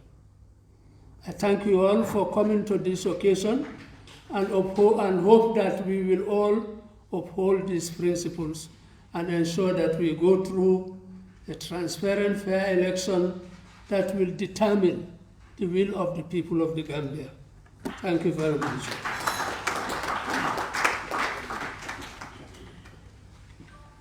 Thank you so very much. That's the Administrative Secretary of the National Convention Party, NCP. I would now invite the leader of the party, Honorable Lamin Diba, and some members may begin to wonder why, but I know at IPC level, we have the answers to why we are inviting two from this particular party. Thank you, we are honored. Thank you very much, Mr. Co-Chair, the co-chairperson of this occasion, the two chairpersons, UNDP resident coordinator represented here, party leaders representing their individual parties here, my uncle, the chairperson of the Independent Electoral Commission, the diplomats representing their various countries here, the representative of ECOWAS Commission, and civil society organizations. I must emphasize the presence of civil society organizations in this kind of meeting is very, very important, because civil societies played a pivotal role in ensuring that there is peace and stability, and they are part and parcel of our electoral process, from registration to counting of elections. So your presence here is very important for us. Mr. Chair, and also the press, the media fraternity, because without you, it will be difficult for people to hear us outside and know what exactly we are doing for our country. I think, Mr. Chair, I just want to apologize while calling for two representatives from the National Convention Party, perhaps due to updating of records. The records were not updated. As I am speaking, I was elected to be the leader of the party on the 7th of this month at a congress held in Farafenni.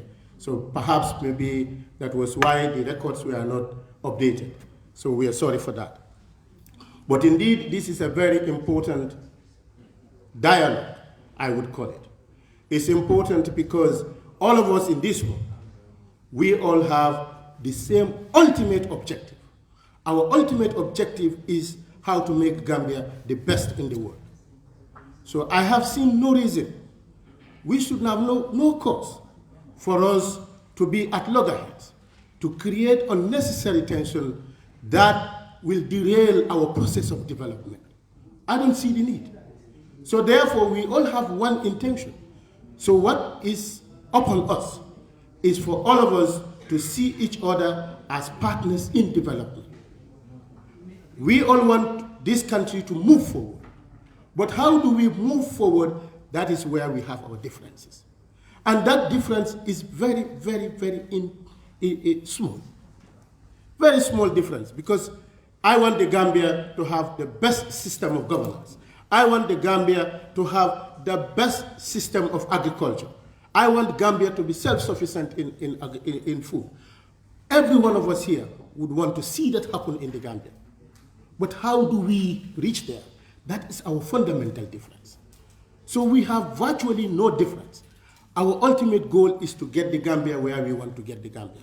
So it is important that we laud this initiative, and we as National Convention Party, we have a principle, the principle of maintaining peace and stability in the country. That has ever been our mantra, and we still stand on that mantra. And I would want to extend my sincere thanks and appreciation to the efforts of IPC. We all know the NCP had gone through some stormy weather.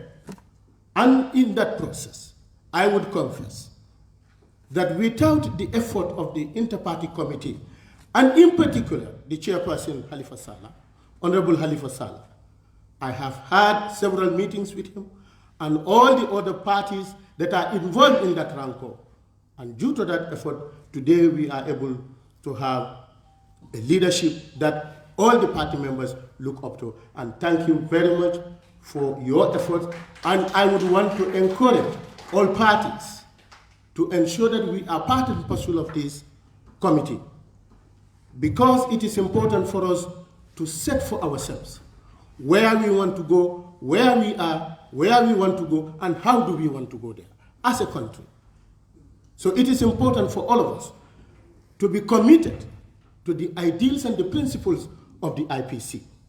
Not only the IPC, but ensure that there is peace and tranquility and stability and sustainability. Without these three keywords, it will be difficult for us to move as a country. So it is incumbent on all of us as leaders of our various political parties. And we are coming from our constituents. The constituents that we have, some people mention it here. These are the people who matters. Because for us at this level, we have a common understanding. But when you go down to the grassroots, those who are propagating our parties, these are the very people who we should communicate to effective communication, and ensure that, tell them what we want to see this country. Because without it, we will be having all these niceties here. At the level of the grassroots, you have fightings all over, insults, trading insults, all over. And that would definitely draw us back.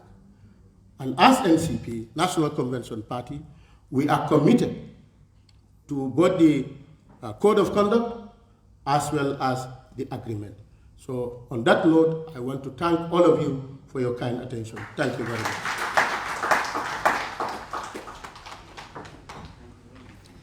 Thank you very much, Honorable. I think partly the issue of NCP have been addressed when he was talking.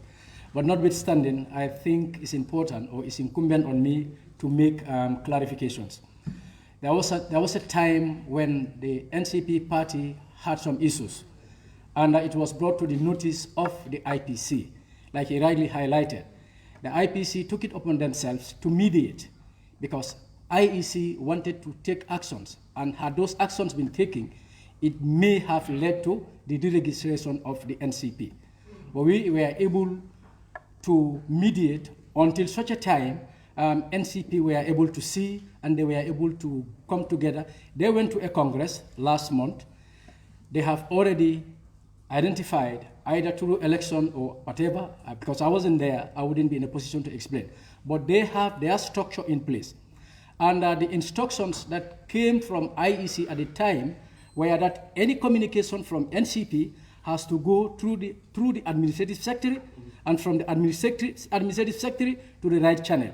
That is why we gave him the opportunity to at least say something as far as this convergence is concerned, awaiting the endorsement of the executive members that were either elected or appointed at the Congress in Farafenni. IEC will endorse the list of the NCP executive by Monday. Until such a time, this is the chain of communication between IEC, IPC, and NCP. That is why you are seeing NCP giving two people in this platform. I hope that clears your doubt. That being said, I now have the honor and privilege to invite the representative of the National Reconciliation Party leader in the person of Mr. Pateba, who is the public relations officer.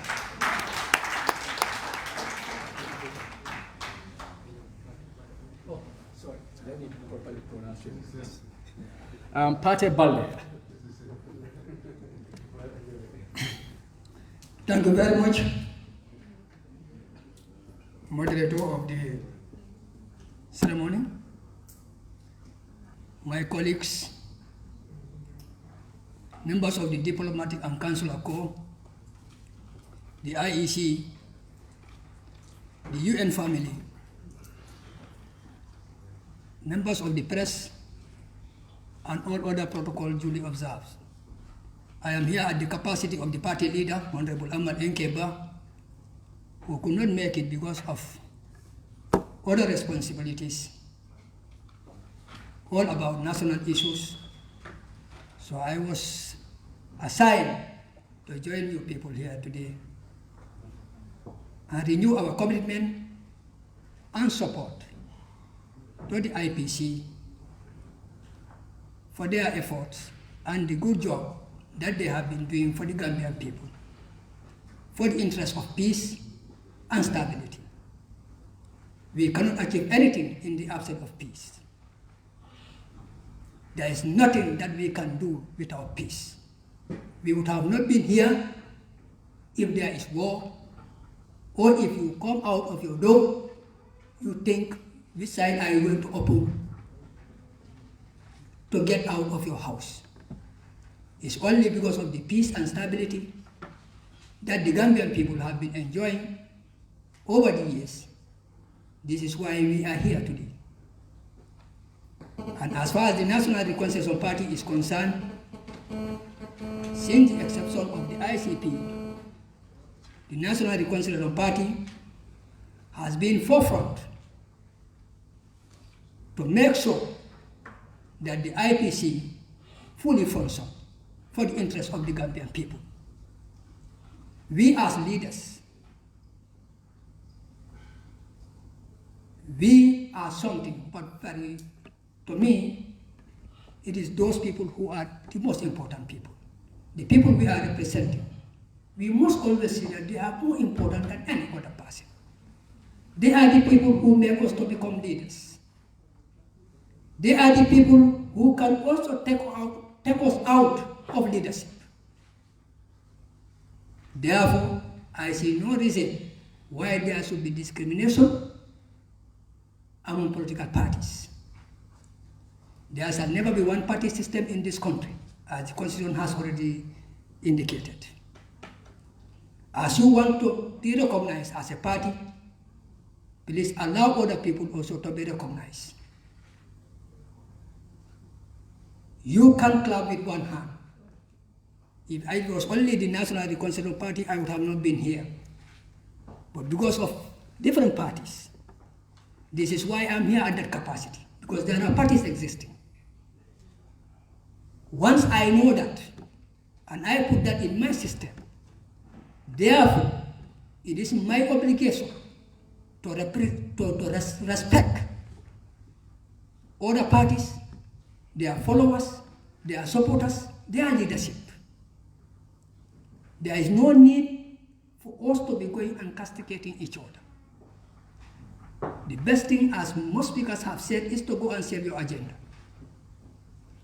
It is left to the Gambian people to buy what you are selling to them. Your product will make you, if you have a good quality, your product is of quality, the Gambian people will buy it. If they feel that the product that you are selling to them is not of relevance to them, they may not buy it. You cannot force anybody. Therefore, it is our responsibility as leaders to understand the way and manner that we talk to our people and we educate our people in terms of elections. Elections is a process. The process begins from political parties, as we are here. Now we are thinking of voter registration. That is also a process. We all have a duty to play. It is not only the IEC or our partners. As political parties, we have a role to play. To make sure that we educate our people, we tell them what they are supposed to do and how they are supposed to obtain their voters' cards in a decent life and to accommodate other people. Political tolerance is one of the most important things, and without political tolerance, there shall never be peace in elections. Therefore, the IPC, under the leadership of Honorable Amul Nyasi and Honorable Halifa Sallah, your job and the rest of the members of the IPC, you have a very, very important role to play, considering the time factor before we go into elections. To me, I would just want to, I have observed certain things that I just wanted to put before the committee, if it would be actually recognized. Because you did mention here that every 3 months, that you'll be having such a meeting. But considering the Gambia, the situation of this country, to me, I would have loved for you people to make it at least every 2 months for this year, for 2021. For 2021, because this thing needs to go across the country, and such meetings should be decentralized. We cannot be holding all our meetings every time of any of such important forums, only within the Greater Banjul area. The masses there, they are very important. And it will be very, very important and very helpful if they should know that they are being informed that party leaders are traveling to such a destination in the rural Gambia, only to have such a gathering or such a forum. That would help us a lot. If it can be decentralized, I would really appreciate it. Because we are here representing them. And the other issue is that the parties which are not in signatory, I know you are doing everything possible, but let you try and push it as quickly as possible, so that their members, when you go with this MOU, they will see their signatures there. That will also help, because you understand, I understand, but others there, sometimes it's very difficult. They might think that there is discrimination. If that can be done quickly as possible, so that that could be addressed. The new parties, please try and sign this document as quickly as possible, and first give an opinion that I know you are doing, but at least it's an opinion as far as we are here for discussion. So, in that note, I want to thank everybody for coming here, especially to the IPC, as Honorable Jallo have just mentioned here. You have really committed yourself at a time when it was very difficult, because you have been sacrificing your time, your efforts, your resources to come together, different places, meetings, looking for ways and manners and places or venues where you are going to meet. It is not easy. And also you have mentioned about the regional IPC committee members. It's very, very important. I would now appeal to the IEC to please liaise with your regional offices to support the regional IPC members, especially when it comes to holding of meetings. I'm the regional chairperson of the inter-party committee in LRR, but sometimes we find it very difficult to get place to sit and discuss. So as we are hosting the national IPC here at your office before they get before the headquarters being established, please liaise with your regional offices to identify and to recognize the regional IPC members in order to be able to facilitate their meetings and other activities. But in that note, on behalf of the party leader and Secretary General Honorable Ahmad Nkeba, I say thank you. Assalamu alaikum to all of you. Thank you very much, Mr. Balde, the PRO of the NRP, and that draws the curtain on the side of the political party leaders. As you are all aware, we have 17 registered political parties. We have 10 party leaders appearing in this fora on their own without any delegation. And then we have 3 that have also delegated, people with high sense of responsibility. So we have 4 that due to unavoidable circumstances, they are not in our midst. But notwithstanding, we appreciate the efforts. And then I think we've had it together, the message of commitment or statements of commitment that have come from the respective leaders who are here. That being said, Mr. Ba have suggested or is proposing decentralizing this very important engagement of the party leaders. And when he said so, I was looking at our partners, how are they reacting? And the reactions were very convincing. It's like they are in the position of ensuring that wherever we want to move, they will move with us. Thank you for those reactions. Now, on the agenda, before we have the co-chair to come and make clarifications on few issues, we may not have time to clarify all what is being said here, but we will have time as IPC continue looking at your concerns, your comments, and your proposals on the way forward.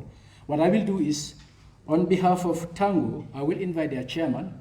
I'm not seeing him again. John Jai, he was here. Is he still with us? Oh, he's gone. Well, initially I said lawyer Salim Tal. Oh, he gave you the responsibility. Okay, fine. Then, Mr. Tal, you are lucky. I would have given you 3 caps. Sorry, with all due respect, yeah. The vice member of the Tango, the very member of the Tango group. Okay. I think I can speak for Tango as well. Wonderful. Wonderful. All right, that clarification has been sorted. What we can do now is Mr. Tal, who is the president of the Gambia Bar Association, and at the same time a member of Tango, will now represent the civil society, the private sector, and the Gambia Bar Association as well. Mr. Tal, you are welcome to the podium.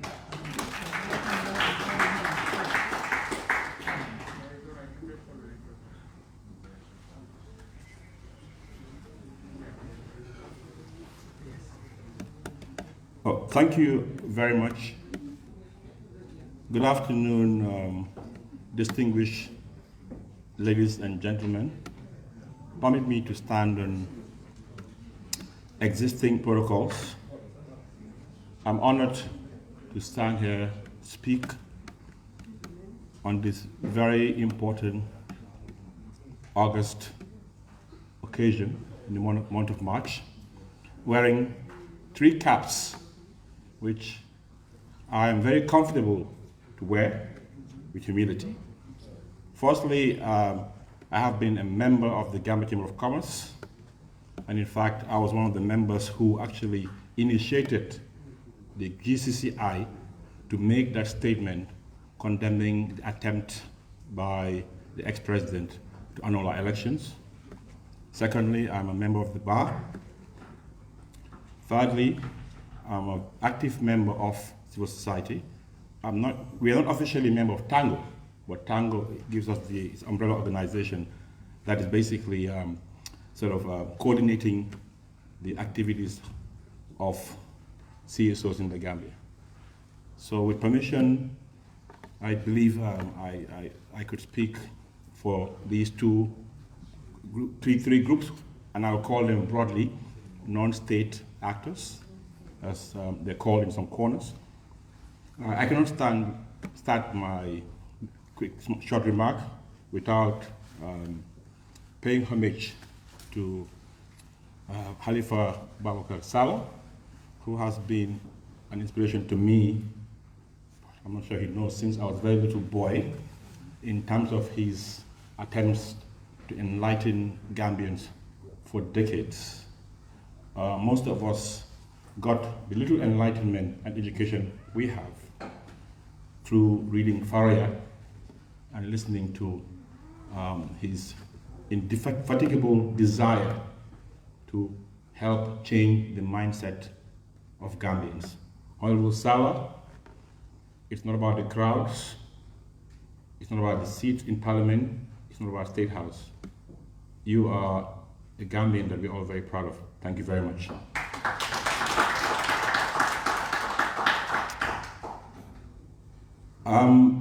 We would like to really thank the UNDP and others who ensured that we are given a seat on the table.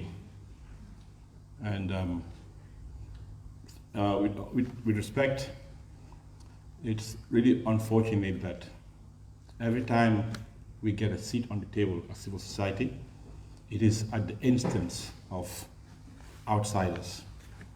I would like to take you back to memory lane. In 2016, after ex-President Jammeh decided to take away our voices, I sat in my house. I reflected over our country. Fairly, I did well in life, fairly, with all due respect, economically, in every sense of the word. With or without Jammeh, my life was very comfortable, and it's still comfortable. I picked up a phone. I saw a lot of discussion on social media. I picked up a phone, I called people I know. I told them, young Gambian professional businessmen, Gambia has been very kind to us. We are who we are. We have our homes. We go on vacations to the UK. We live great lives. Our kids go to private school. Are we going to sit down here and watch this happen? For 22 years, we've been sitting on the fence. This is how Gambia's Desire was born. There are a lot of unsung young men and heroes who decided to be anonymous, who came together and decided that let us try and be a catalyst and amplify the voice of Gambians. And in this endeavor, civil society played a critical role for the records. Our first engagement was at the University of Gambia. Dr. Cisse was there. With the help of activists, we were able to mobilize kids from Banjul to Koida. We took our own resources, thousands of dollars initially, from our pockets, and ensured there's a T-shirt all around the country, billboards at great risk. This is civil society. Civil society deserves to be acknowledged and recognized for the immense role they have played in restoring our democracy. Some of us are invited in global institutions to speak on this beautiful story, but it is never, ever acknowledged and celebrated in Gambia. We're not calling for recognition because we did it for our country, and we'll still do it for our country. The reason I'm saying this is to emphasize the importance of civil society, not to ask for recognition, because that's what we're looking for. I think the IPC is a laudable initiative that has an important role to play in ensuring that we consolidate our democracy and also ensure we have a free, fair, and peaceful election. Election is the one of activity. It is not all about election. Democracy transcends election. Elections is an instance where you get to choose your leader. I think I would say I'm fairly young comparatively. What I've learned in my short experience in this field is that I've reflected over a lot of things. And I recall Mr. Salah's statement. It always plays in my mind.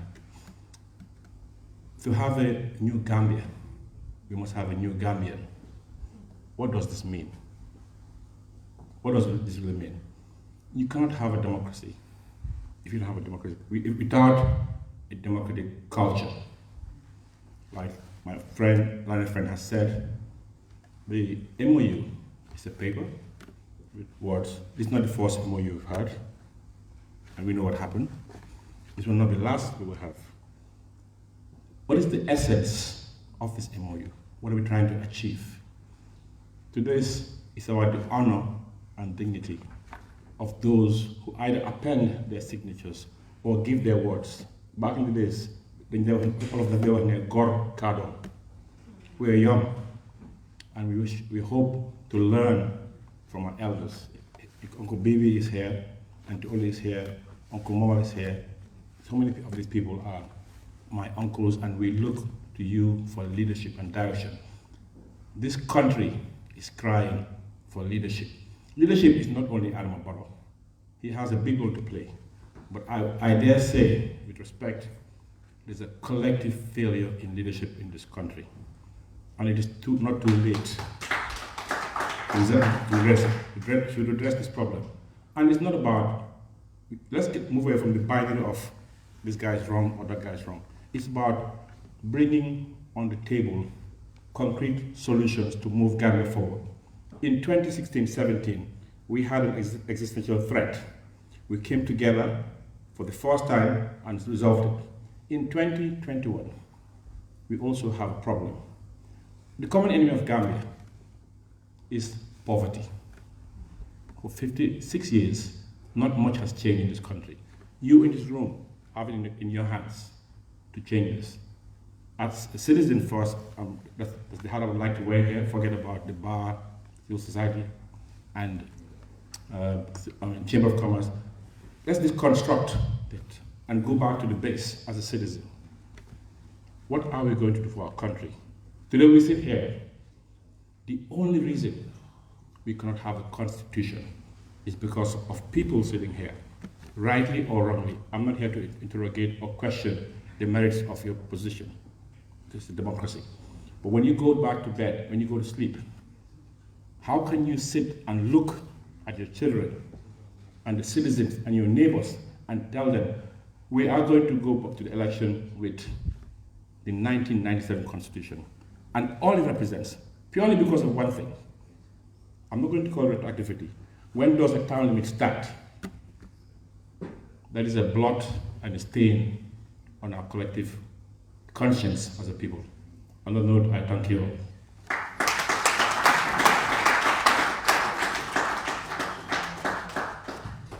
Thank you very much, Mr. Tal. I just want to clarify that this particular convergence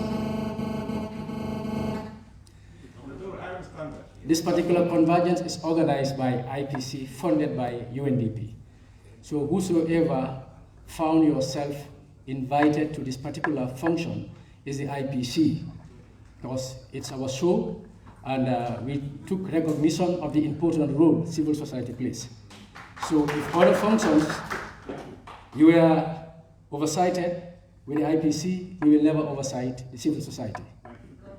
That being said, I now invite the co-chair who will react to some of the comments and concerns and give the official closing remarks. And we must thank you for the patience. Thank you very much, co-chair. And thank you very much, co-chair. You will not be kept sitting for long. The objective is not to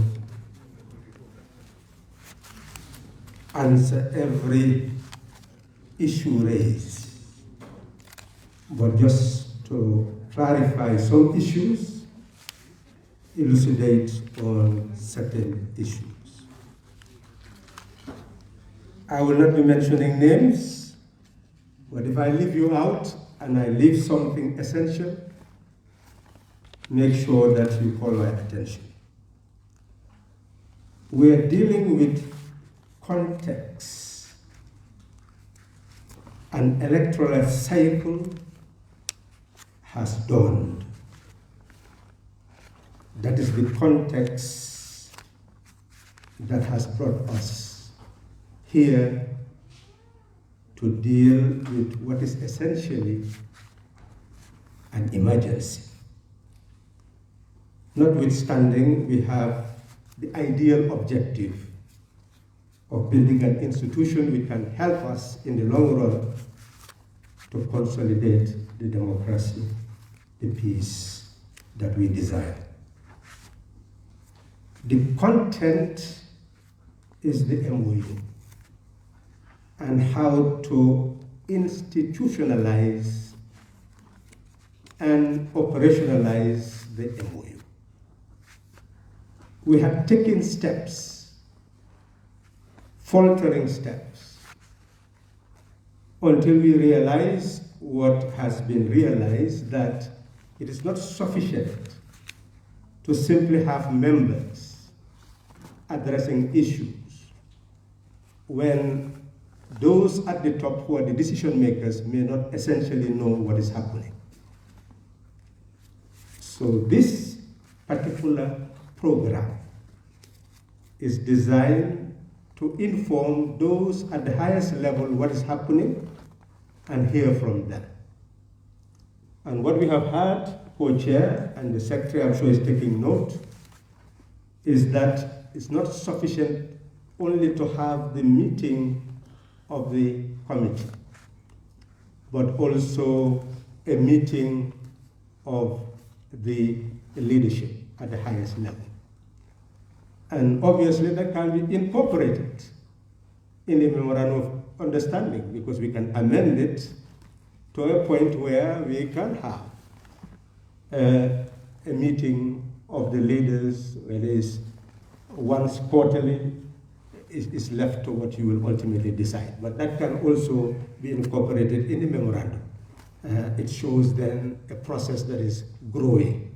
And that's why you are here, to add value to what is being crafted, because it's your document after all. Now, the reason why we cannot just simply say the leaders meet, you will see that the time for meeting is once a month when we are not close to election, but once a week when we get into election. And clearly, the leaders will not have that time. So it is important then to have the IPC, but at the same time, we can add another layer, which is the layer of the leaders in the memorandum, as we may review and amend. Now, the issue of membership still, we did adopt a resolution which says that we will have 2 representatives of each party, but also to have a designate, an alternate who will sit in the absence of one of the members. And the rule is that one of the members or the alternate must be a woman. So that is a standing principle. Now, it is being recommended that we move to the next level, which we wanted, but we saw that not all parties had representative of a male and female, and each party was sovereign, and if you want people to belong, well, you don't dictate to them. So consequently, we left that to the parties, that it is ideal to have a male and female, but we did not make it mandatory as being suggested, because the parties are sovereign, and at the starting point, we wanted everybody to be included and not to exclude anyone. Because the starting point, we did not have a memorandum, we just had the structure of representation, and those people who were already there representing could not be excluded by virtue of a rule. So in essence, moving forward, at least we have this as a standing rule, that one of the representatives, standing representatives, permanent representatives, must be one of them, if one of them is not a female, then the alternate must be a female. The ideal, we recommend to all parties to have male, female. But if we want to reinvent the memorandum, we should be able to do so, because there is provision for amendment. Now, moving further to the issue of the memorandum of understanding and putting the code of conduct. Well, essentially, the memorandum is the instrument. The code of conduct is a part. As you can see, in terms of the principles indicate, the third one, that we must also have a code of conduct, and we must tacitly adhere to the code of conduct. So the code of conduct is a subset of the memorandum. The memorandum is the principal instrument, and that's why that is not there. That the memorandum of understanding is what we have signed, and incorporated in the memorandum of understanding is the code of conduct for the person who was raising that issue. Now, going further, in terms of implementation, yes, it is true that we are signing up to a code of conduct. And if we don't implement them, well, it means that it will just gather dust. That is why we're having this meeting, to prevent it to gather dust. It depends on our commitment. And if we are committed to it, obviously we'll be able to implement it. So from that perspective, one can see that the code of conduct is meant to guide all of us in all our political undertakings. An issue has been raised, which is fundamental, that collective responsibility is not just about cabinet. I've had some of the leaders emphasize that collective responsibility is also about a nation, and that each of us must see ourselves as part of that nation and its decision-making process, and therefore a sense of collective responsibility must underpin this MOU. That is not only charging the executive, but the executive is an element, but the opposition as a whole is another element. And combined together, we will be able to construct a new nation. National development is inconceivable without these two pillars working together to achieve that goal. So we accept what you have said as leaders, that is collective responsibility. You've also said that each of us has a contract with destiny, and we must fulfill that contract. You've heard it from the last statement. Conscience must drive each of us to work towards the common good. If that conscience dies, well, the nation dies with it. And that is the conscience we must prick. And that's why we've heard all those words. Can we sleep on our pillows and forget that the very instrument that we need to guide the affairs of the nation is in coma? That is collective conscience. And if we have collective responsibility, we will address the issue in a manner to be able to achieve the goal set. But the context is the IPC and its role in this new electoral cycle, but underpinning that are the national concerns. And people have raised all the national concerns. That is why we are saying the IPC will go beyond just simply an institution which seeks assistance. Somebody has mentioned it, seeks assistance from our partners in order to carry out projects and programs. Well, the intention is to grow beyond that. This is seen as a process.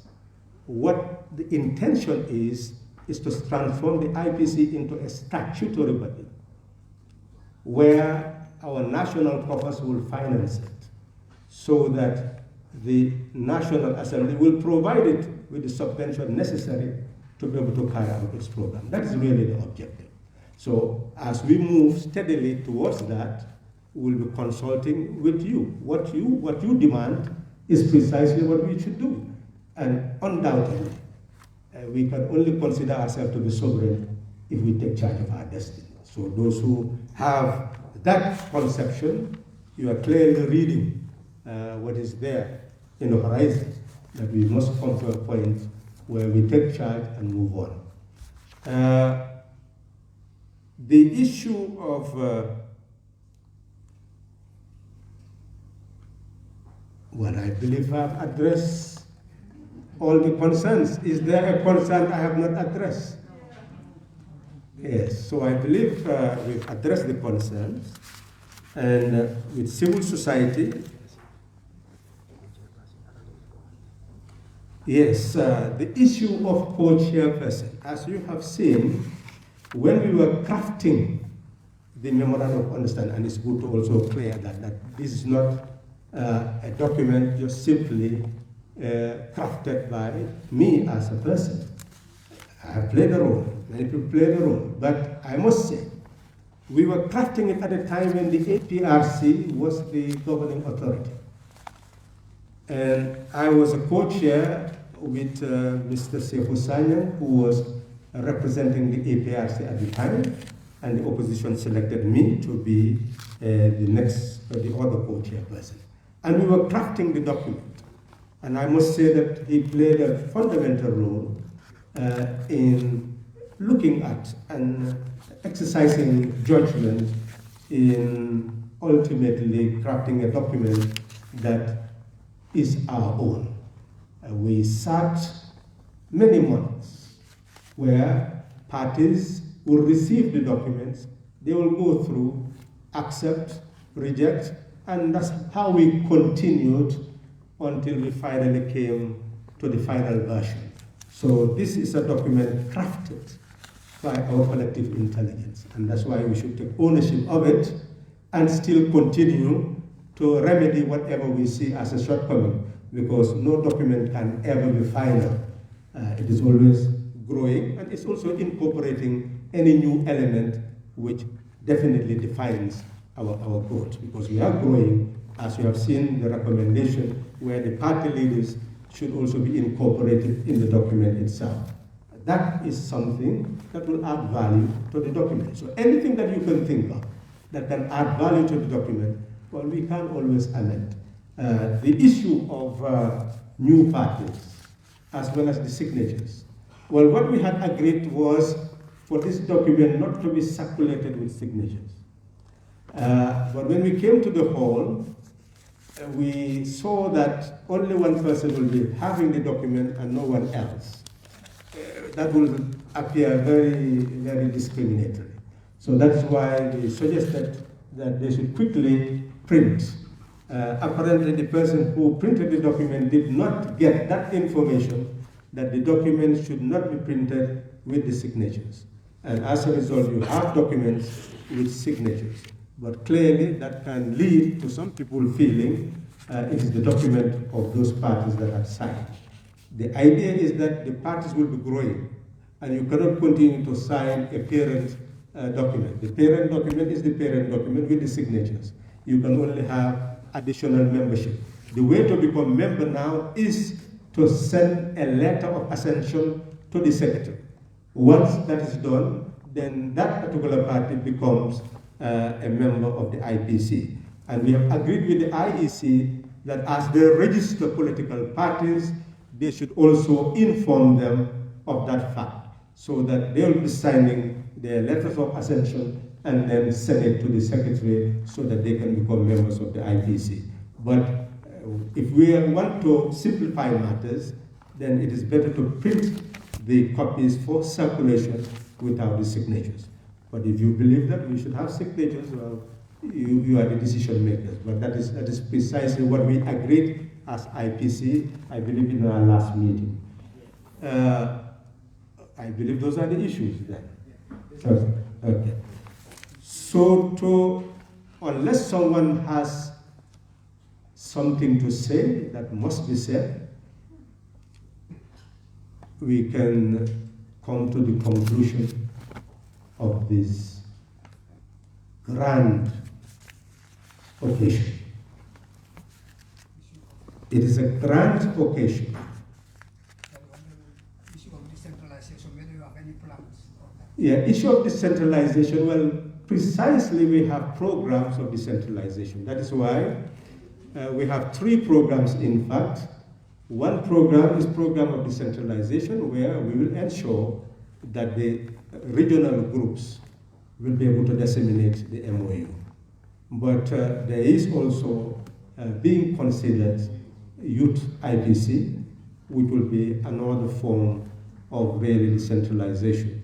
There is proposal of women IPC, that will be a 3rd layer of decentralization. So clearly we are moving in that direction, and I'm sure members will be considering the concept notes, and if we accept them, we'll institutionalize them.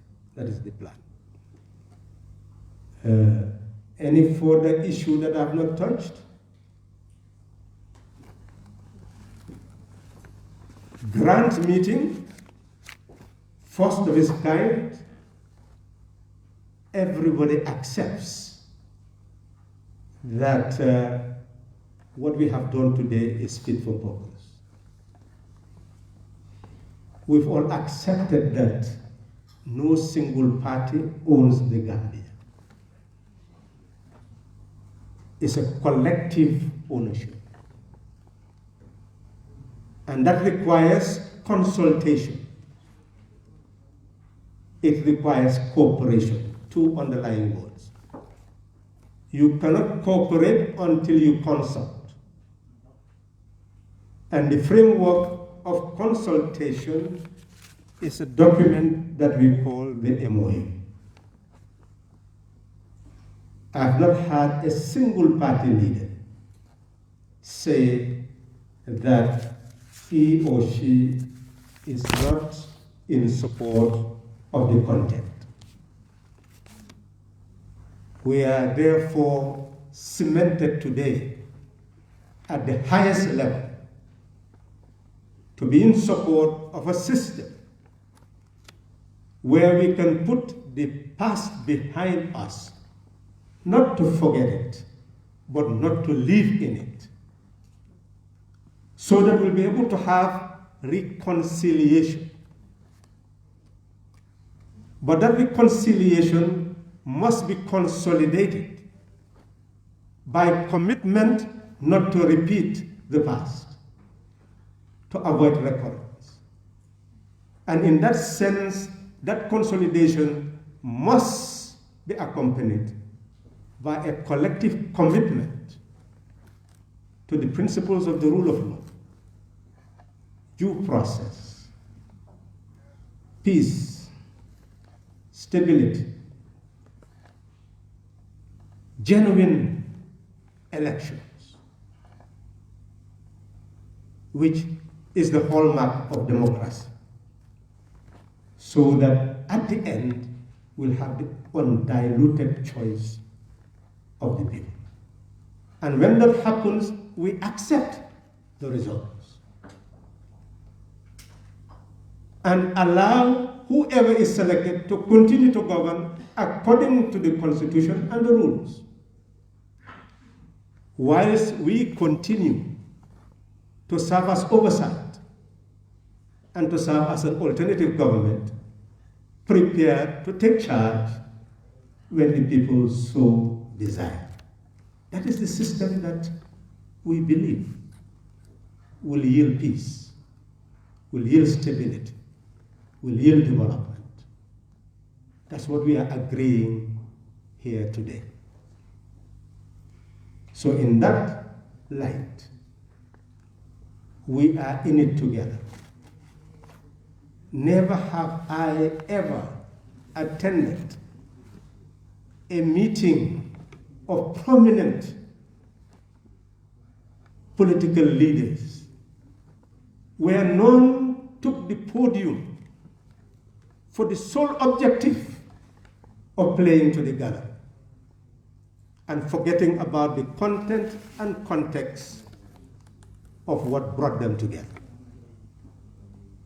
This depicts the sincerity that has characterized the meeting today. I don't think anybody will leave here today and be the same. Something has changed, and something will change. I am confident, Co-Chair, that this meeting has served its purpose. The next phase is for us to move towards greater institutionalization.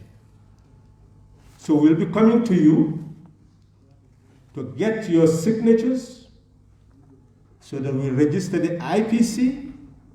It is a legitimate body as it is. Some experts had even questioned whether it should be registered, it should be left as it is. But we believe that through its registration, we give it greater legitimacy. And then move towards transforming it into a statutory body, and therefore allow our collective force to sustain it. We believe that this is the way forward. The issue of the 5 years and how the current members of the being co-chair are selected, well, we crafted a document before the coalition, only to win an election where you had a president without a majority in the National Assembly. So we looked at it and we sat down and agreed that those who are members of the coalition will select a person to represent them as co-chair, and those outside the coalition will also meet and select one person to serve as co-chair. And that is how the co-chairs were actually selected. But of course, the political dispensation is changing, and will continue to change. So I am sure, even before the end of the 5 years, if any member party sees the need for any form of amendment at the level of co-chair, just bring it to the attention of the other members through writing to the secretary requesting for any proposal for amendment, and I'm sure we will be able to do the same. It is a role that is ceremonial, and as we register and institutionalize, we may begin to see a new architecture that may make it feasible for the administration of the IPC to continue without any partisan interference. At the moment, those who are co-chairing will tread the thin line of serving party, but also trying to serve the IPC. It is for you to be vigilant, be very vigilant, keep vigilant, and wherever you see that your interest is not being served, it is your duty to cry foul and guide the administration of the IPC to be as impartial from political influence as possible. That's your duty. If we fail, you fail. If we succeed, you succeed, because it's your property. To conclude, therefore, co-chair, we must thank the co-chair for constantly being there to follow the issues, the details that allows development to take place. Those little details has been mentioned by one of the members who was a member of the IPC committee, the committee itself, and the sacrifice, the level of interest that these people have shown without much reward has shown a level of commitment that should inspire the leaders to move forward and give them the support that is necessary so that they will continue that good work. I must also say that our partners had always been there to be ready to give us support. Where we are now, we will soon have our headquarters almost ready to sign the tenancy agreement, I believe. We've debated with the lawyers until we have a tenancy agreement that the members are going to consider and share it with the party leaders so that they see what we are signing. Ultimately, you will direct the co-chairs to sign on your behalf, and we'll have the headquarters of the IPC. What we would want is inauguration of the headquarters. But prior to that inauguration, once we sign the tenancy agreement, we are also going to bring another document, which will be article and memorandum of association, to be able to register the IPC. We hope that the leaders will not delay appending their signatures. And consequently, we should be able to take that to the Registrar General and get the IPC registered maybe before even the end of this month, if you so desire. Once that is done, then we will inaugurate the headquarters where all the leaders will be present. We'll try to build an administration and run an institution which can be emulated by other countries. That is the desire. And anytime you feel that we have finished our role and that we should allow others to do their best, please tell us. We are just engaged in a transition. And when we reach the final phase of registration, then the IPC will be yours to decide how to move forward. Thank you very much.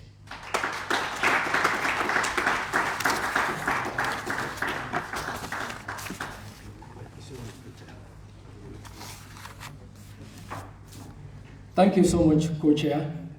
And at this juncture, I want to say thank you very much, distinguished party leaders. Thank you very much, our invitees, most of our partners, and colleagues at the IPC. I want to say thank you so very much. And actually not forgetting the IEC, because since the inception of the IPC, all our meetings have been hosted at the IEC. There are circumstances when they will even have to postpone their meeting to allow us space, meet in their conference hall. When we leave, then they will come and have their own meeting. I want to apologize to the media fraternity, because it's like the communication to GPU did not reach GPU. As a result, other media houses are not in our midst. But they will also bear with us that of all the past engagements that we had, we have always been writing to GPU, because we believe that's the apex body where we can channel our communication through and they can filter it to all media houses. But this time around, unfortunately, we could not send. Notwithstanding notable media houses, both print and electronic, we do send their copies directly. But this time around, that did not happen. So I want to apologize on behalf of the IPC for those media houses who are following the development now and are so much interested, to have received their invitation to enable them be part of us. Unfortunately, they are just seeing it through their colleagues who are covering the event live. So that's why I thought it's important on behalf of the IPC to extend that apology. That being said, I think that brings us to the end of the engagement for today. There is a proposal for us to have a joint photo session. It's rather unfortunate we have few members that have left due to one or two reasons, but we still have a good number of the party leaders in attendance. So I think it's a good idea that we can have a group photo, because with the support from UNDP, we are working into so many projects. Just like the co-chair rightly mentioned, don't be surprised that the IPC members will be doing consultancy work in other parts of the world. I am saying it, and I'm saying it with confidence, and I have reasons of saying so. With the encouragement that we have received from you, the party leaders, and the pace at which we are going, the direction we are focused on, you won't be surprised that this IPC will be hired for consultancy work in other parts of the world. Because things are happening here that are not happening anywhere in the world. But again, I don't have to go back to reiterate what people said. I tell people that I think I am one of the luckiest to work with two veterans. I tell people that I am one of the luckiest to be serving two veterans at the same time. So I will leave it at that and let people ponder who's these veterans are. Thank you very much. Cameraman, advise us where to take the group photo. Where?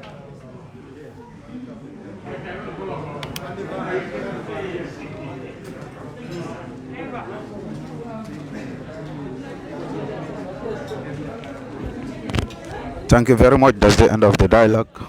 Bye from me, Keksane, until we meet again. It was a very fruitful engagement, and bye from me.